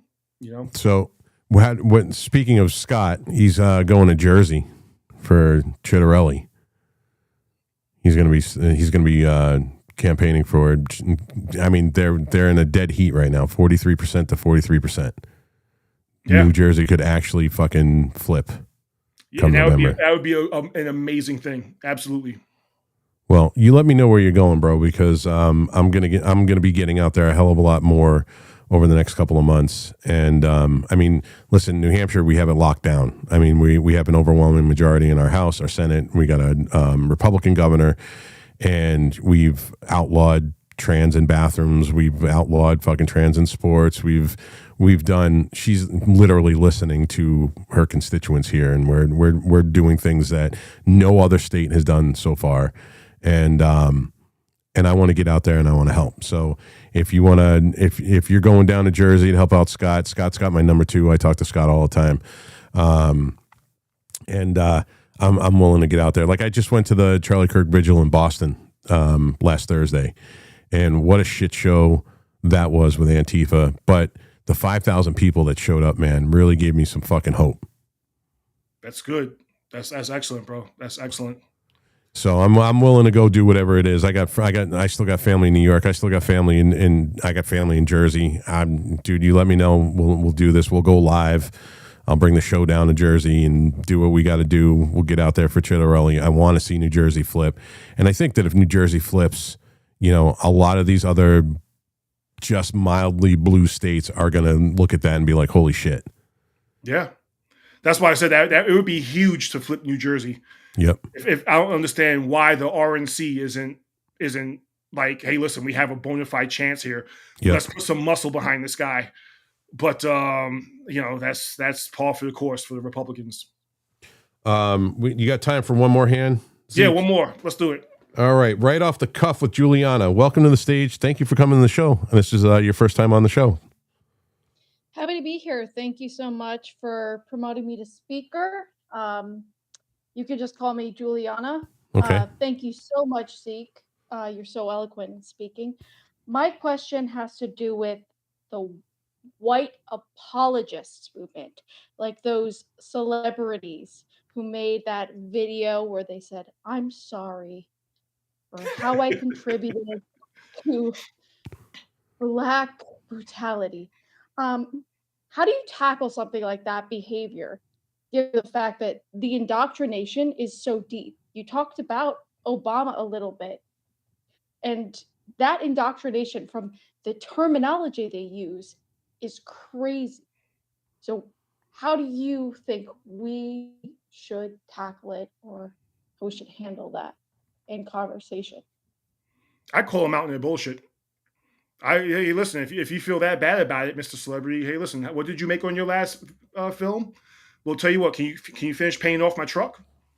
Matter of fact, I got some upgrades I want to throw in that. You can pay for that too. And you, Mr. Other Celebrity over here, how much did you make in your last film? All right, well, tell you what, you want to pay off my mortgage? I mean, you know, just if you want to pay for it so badly, you know, if you're so sorry, you want to apologize. Let's put your money where your mouth is, literally. You know, so listen, it's all performance. It's all pandering. Theater. Yep. It's all theater. You know, it's all they're doing the bare minimum so that they can feel good about themselves. But that's woke and DEI in the first place. They just they want to feel good about themselves. They don't actually want to fix anything. They don't actually want to make things better for everyone. They just want to feel good about themselves. So I tend to ignore all of it. I laugh at it mostly, and I move on. You know, I don't need anybody apologizing to me over something I never personally experienced. You know, I can trace my ancestry back to slavery. I know their names and everything, but you know what? It doesn't affect me today, and I make the best of what I got. You know, my granddad was a court officer who used to have to change in a broom closet, because he wasn't allowed in a locker room with the rest of the court officers. And he worked his way to the point where he was before he retired. He was their boss. You know, I had a father who was a Black Israelite who blamed everything on quote unquote white Europeans. Meanwhile, dude couldn't hold down the job. You know, and we used to tell him, it's not a white European that's keeping you unemployed. It's you. You know, you're the one who doesn't want to get out of bed until about 10:30, 11. So, and then you have me who I'm successful. My two brothers are successful. So, you know, I don't need someone to apologize to me. I don't need someone to pander towards me. I don't need someone to lower the standards for me. I don't need someone to give me the job just because of my skin color. I'll work for everything I've got, and I have worked for everything I've gotten. And when you hear the apologist, mess with them. I give you permission. I'll write you a note. Mess with them. Be like, hey, listen, well, here's this black dude over here. If you're that sorry, pay off his truck. Oh, you're not going to do that? Oh, well, then you're not that sorry. You know, I mess with them all the time. It's like the Martha's Vineyard analogy that you brought up. They want all this stuff to happen as long as they don't have to do it and they don't have to have it in there. Oh, that was in their purview, dude. I laughed my ass off when I saw that because they were like, "Oh, we love you, we love you. Get them out of here, put them back on the bus." But we love you so much. Oh, just God bless you. Get them on the bus. Call Obama. You got his number. Call Obama. We love you. We love you. On the bus. Get them out of here. Like they were standing at the bus, putting them back on the bus to get them on the ferry to get them back across in fucking Falmouth, which is on Cape Cod, and then ship them right up to fucking Boston right after that. But did you notice how they were standing at the bus to make sure they all got on back on the bus? See ya. They were not playing around. What happened? What was that, Juliana? Liberal hypocrisy. Yep. And what did Malcolm X say about the white liberal? Yep, they're the biggest threat. Yep. I heavily agree. Yeah, I don't really agree with much that Malcolm X said, but that is that's definitely the apologist white liberal is the biggest problem to the black community. Absolutely. Yeah, he called him the sly fox in the hen house. The sly fox in the hen house. Didn't he also say that I would rather have some a devil in my face than an angel disguised? You know, a devil disguised as an angel. Yeah. Absolutely, bro. Absolutely. So, I mean, listen, we can look back at our history and we can see where, and we can see the divergence, and it's very clear to see. But people who aren't awake to what's going on, that have been indoctrinated by sound bites on mainstream media, it's getting out there. It's dude, I'm not saying this because I don't blow smoke up fucking anybody's ass, but your voice saying the things that you're saying on a scale like Charlie did would change a lot. I believe that in my heart. I appreciate that, man. Thank you so much. I'm trying to get out there, but I'm doing what I can. I thank you so much for that, though, man. I appreciate that. I'm sure your wife would have a problem with you going to colleges and sitting there and talking to people. You know what? She's actually been really cool about everything that's going on. She's actually been awesome. Been really cool about it. She's been, even when I told her, hey, listen, would you mind if I went down to Texas and spoke for Sheldon? All she did was look at the schedule and said, "Hey, looks like we're free. Go ahead." So I can't do what I do here without her supporting me, and she's actually been really cool about it. So I do thank her for that. And you got your ride or die. Yeah. That's awesome, brother. That's awesome. I mean, listen, I don't piss her off because those of you who are married to Latin women, once they get mad, oh boy. I've never been married, and I've never gone out. Actually, I've never even dated an Italian woman, so I'm 100% Sicilian.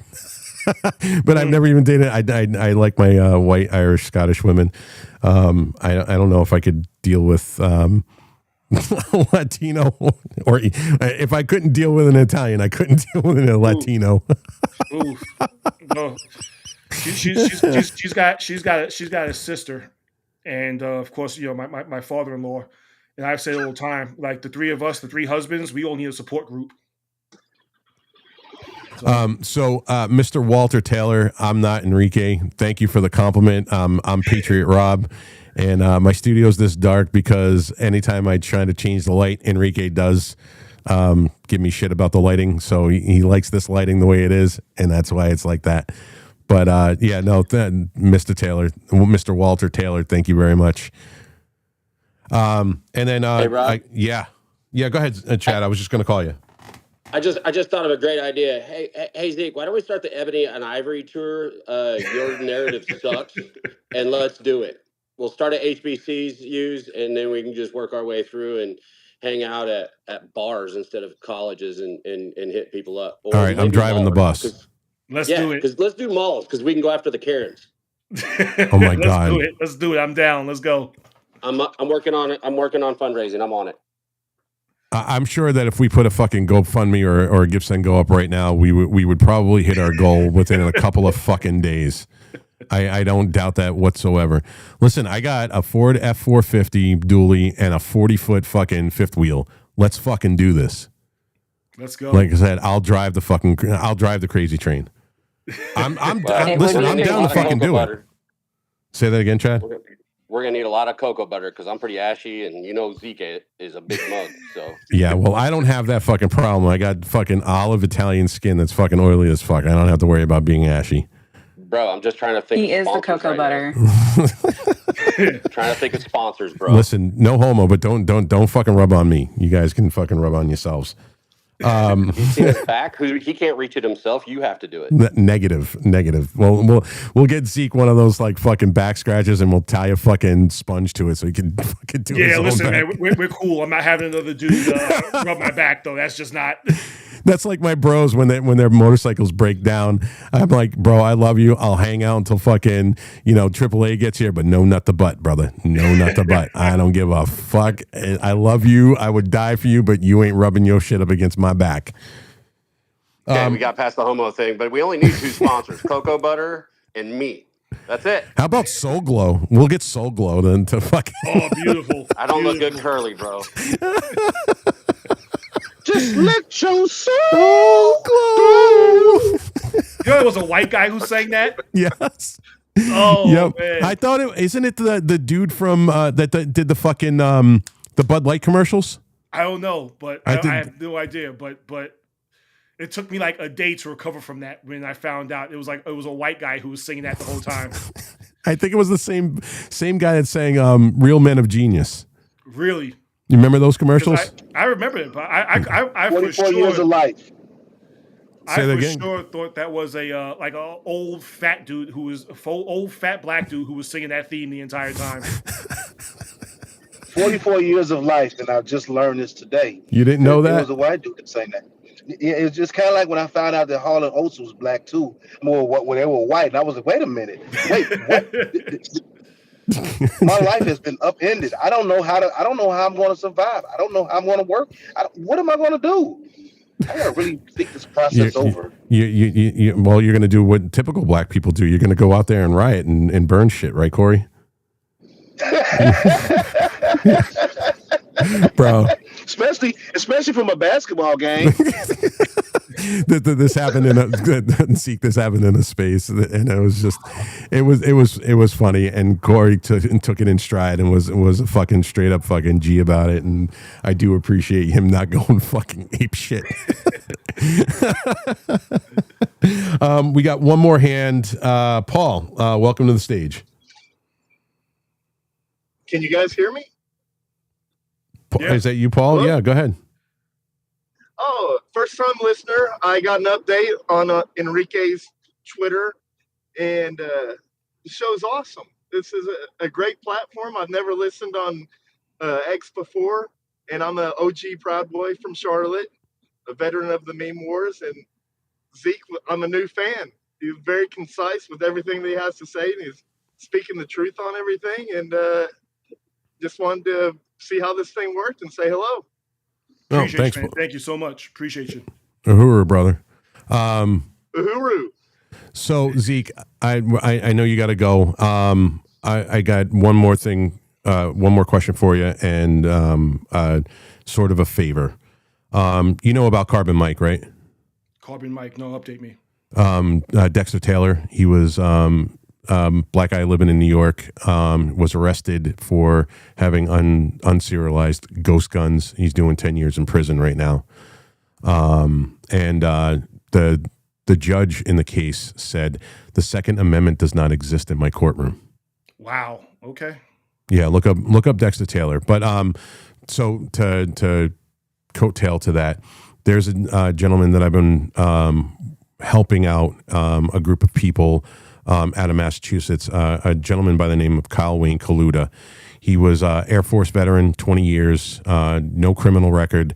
He was driving through Massachusetts. He had his guns in his car, and he got pulled over and was honest with the cops. You know, he was an Arizona citizen. All his guns were legal. They were locked in the trunk of his car. And They arrested him, and Massachusetts has this thing. It's called Chapter 135. It's a dangerousness clause where they can hold you up to 120 days without seeing a judge, without bail, because you're a danger to you were deemed a danger to society. This guy, and they even said that by all metrics, he doesn't have an arrest record, or he's a model citizen just because he didn't have the piece of paper from Massachusetts saying that. So. There is up in the nest. There is a petition to get him out of jail. If I send that to you, would you mind reposting that for me? Sure. All right, cool. Thanks, man. It means a lot. I've been working with his wife, Saranda, and he's went to court today. I haven't had any updates yet. I'm hoping he's out. We did before the Boston Vigil. We did a press conference. The gentleman by the name of Toby Leary from Cape Gunworks. It's a gun store on Cape Cod. He's been spearheading this, and my friend Buxter has been at the forefront of this. And I'm just trying to get word out to people. Same thing with Dexter Taylor. We do like concerts for him. Like virtual concerts. We have somebody playing music, and then we're trying to raise money for his appeal. So when you get a chance, look up Dexter Taylor, Carbon Mike. He had a YouTube channel, and he just wanted to build guns. It was just somebody and New York fucked him. New York fucked him hard, man. And it's a shame. And he's doing 10 years in prison for this. So Can I say something to it, Rob? Yeah. Go ahead, Corey. We host spaces, and sometimes we can patch him into spaces. I would love for you to get a chance to hear the story from him, and from your smart ass Carl, Joe Lanu, and all of us that usually in our two-way space, we usually host spaces with him talking, and we would love to get you in there. I just followed you, Zeke, so if you see Corey Brooks on your on one of the follows, just follow me back, and I will try and send you DMs and try and get you in the space so you can hear the story from him and all the people that's been helping him. We did reach the goal of his appeal. Awesome. We reached the goal from the last concert, but everybody knows that the fight is still far from done, because we're trying to take this all the way to the Supreme Court and change the law forever. Awesome. Yeah, and you know what, dude? I sent that stuff over. Yeah, and Zeke, thank you very much, man. I mean, you have a big platform. You're a native New Yorker. I want to, bring stuff out, especially like, Carbon Mike. If I had the platform that you did, I mean, that's all you would ever see me is,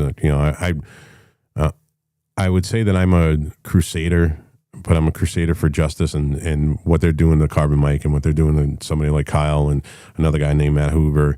This government has gone rogue, and it's up to all of us. I believe in my heart that it's up to all of us, me, you, Chad, anybody that's got a big, huge fucking platform and a voice to get it out there and show people what the fuck is going on. Yeah, absolutely, man. Absolutely. Send me information. I'll get it out there. Thanks, Zeke. I appreciate it. It's in your DMs now. Okay, Zeke, awesome. I sent it over. All right, so you know what? Me, Chad, and Zeke are gonna work on this whole fucking driving around the country thing, fucking pissing liberals off. I'll just be quiet. I won't say anything. I'll just film. You guys can do your thing. I'll just drive the crazy train.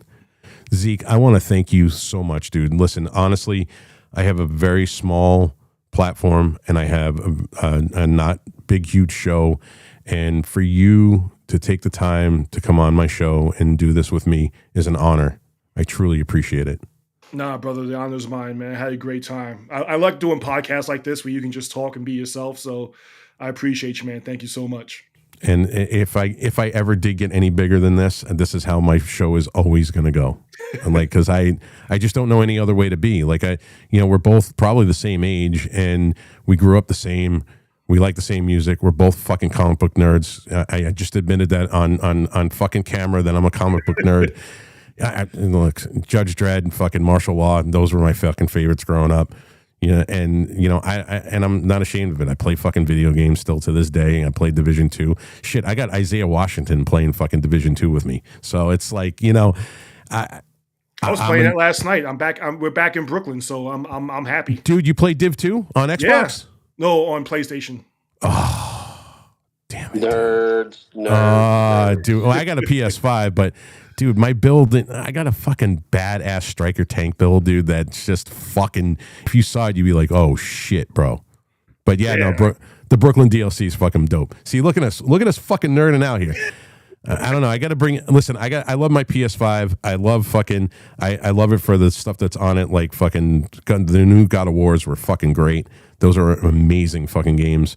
But I got to get you to fucking Xbox and come on over and fucking play some Div 2 with me on the Xbox, bro. I can't do Xbox, man. The Red Ring of Death broke my heart too many times. You understand? There were times I was there, like I was playing. I'm like, we're here, and then boom, Red Ring of Death, dude. Yeah, no, it fucked us all, man. Three times. I know. I got it 2 times, and yeah, love live here no more.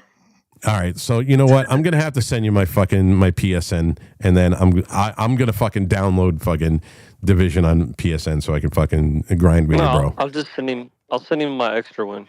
You send him your extra Xbox? Yeah, I'll send him my extra one. Zeke, thank you very much, brother. I truly appreciate it, man. I appreciate you, man. Thank you so much for having me on. All right, man. Everybody, that was Zeek Arkham. We're going to keep the space going for a little while longer. I mean, however long you guys want to keep it going for. I got nothing to do the rest of the day.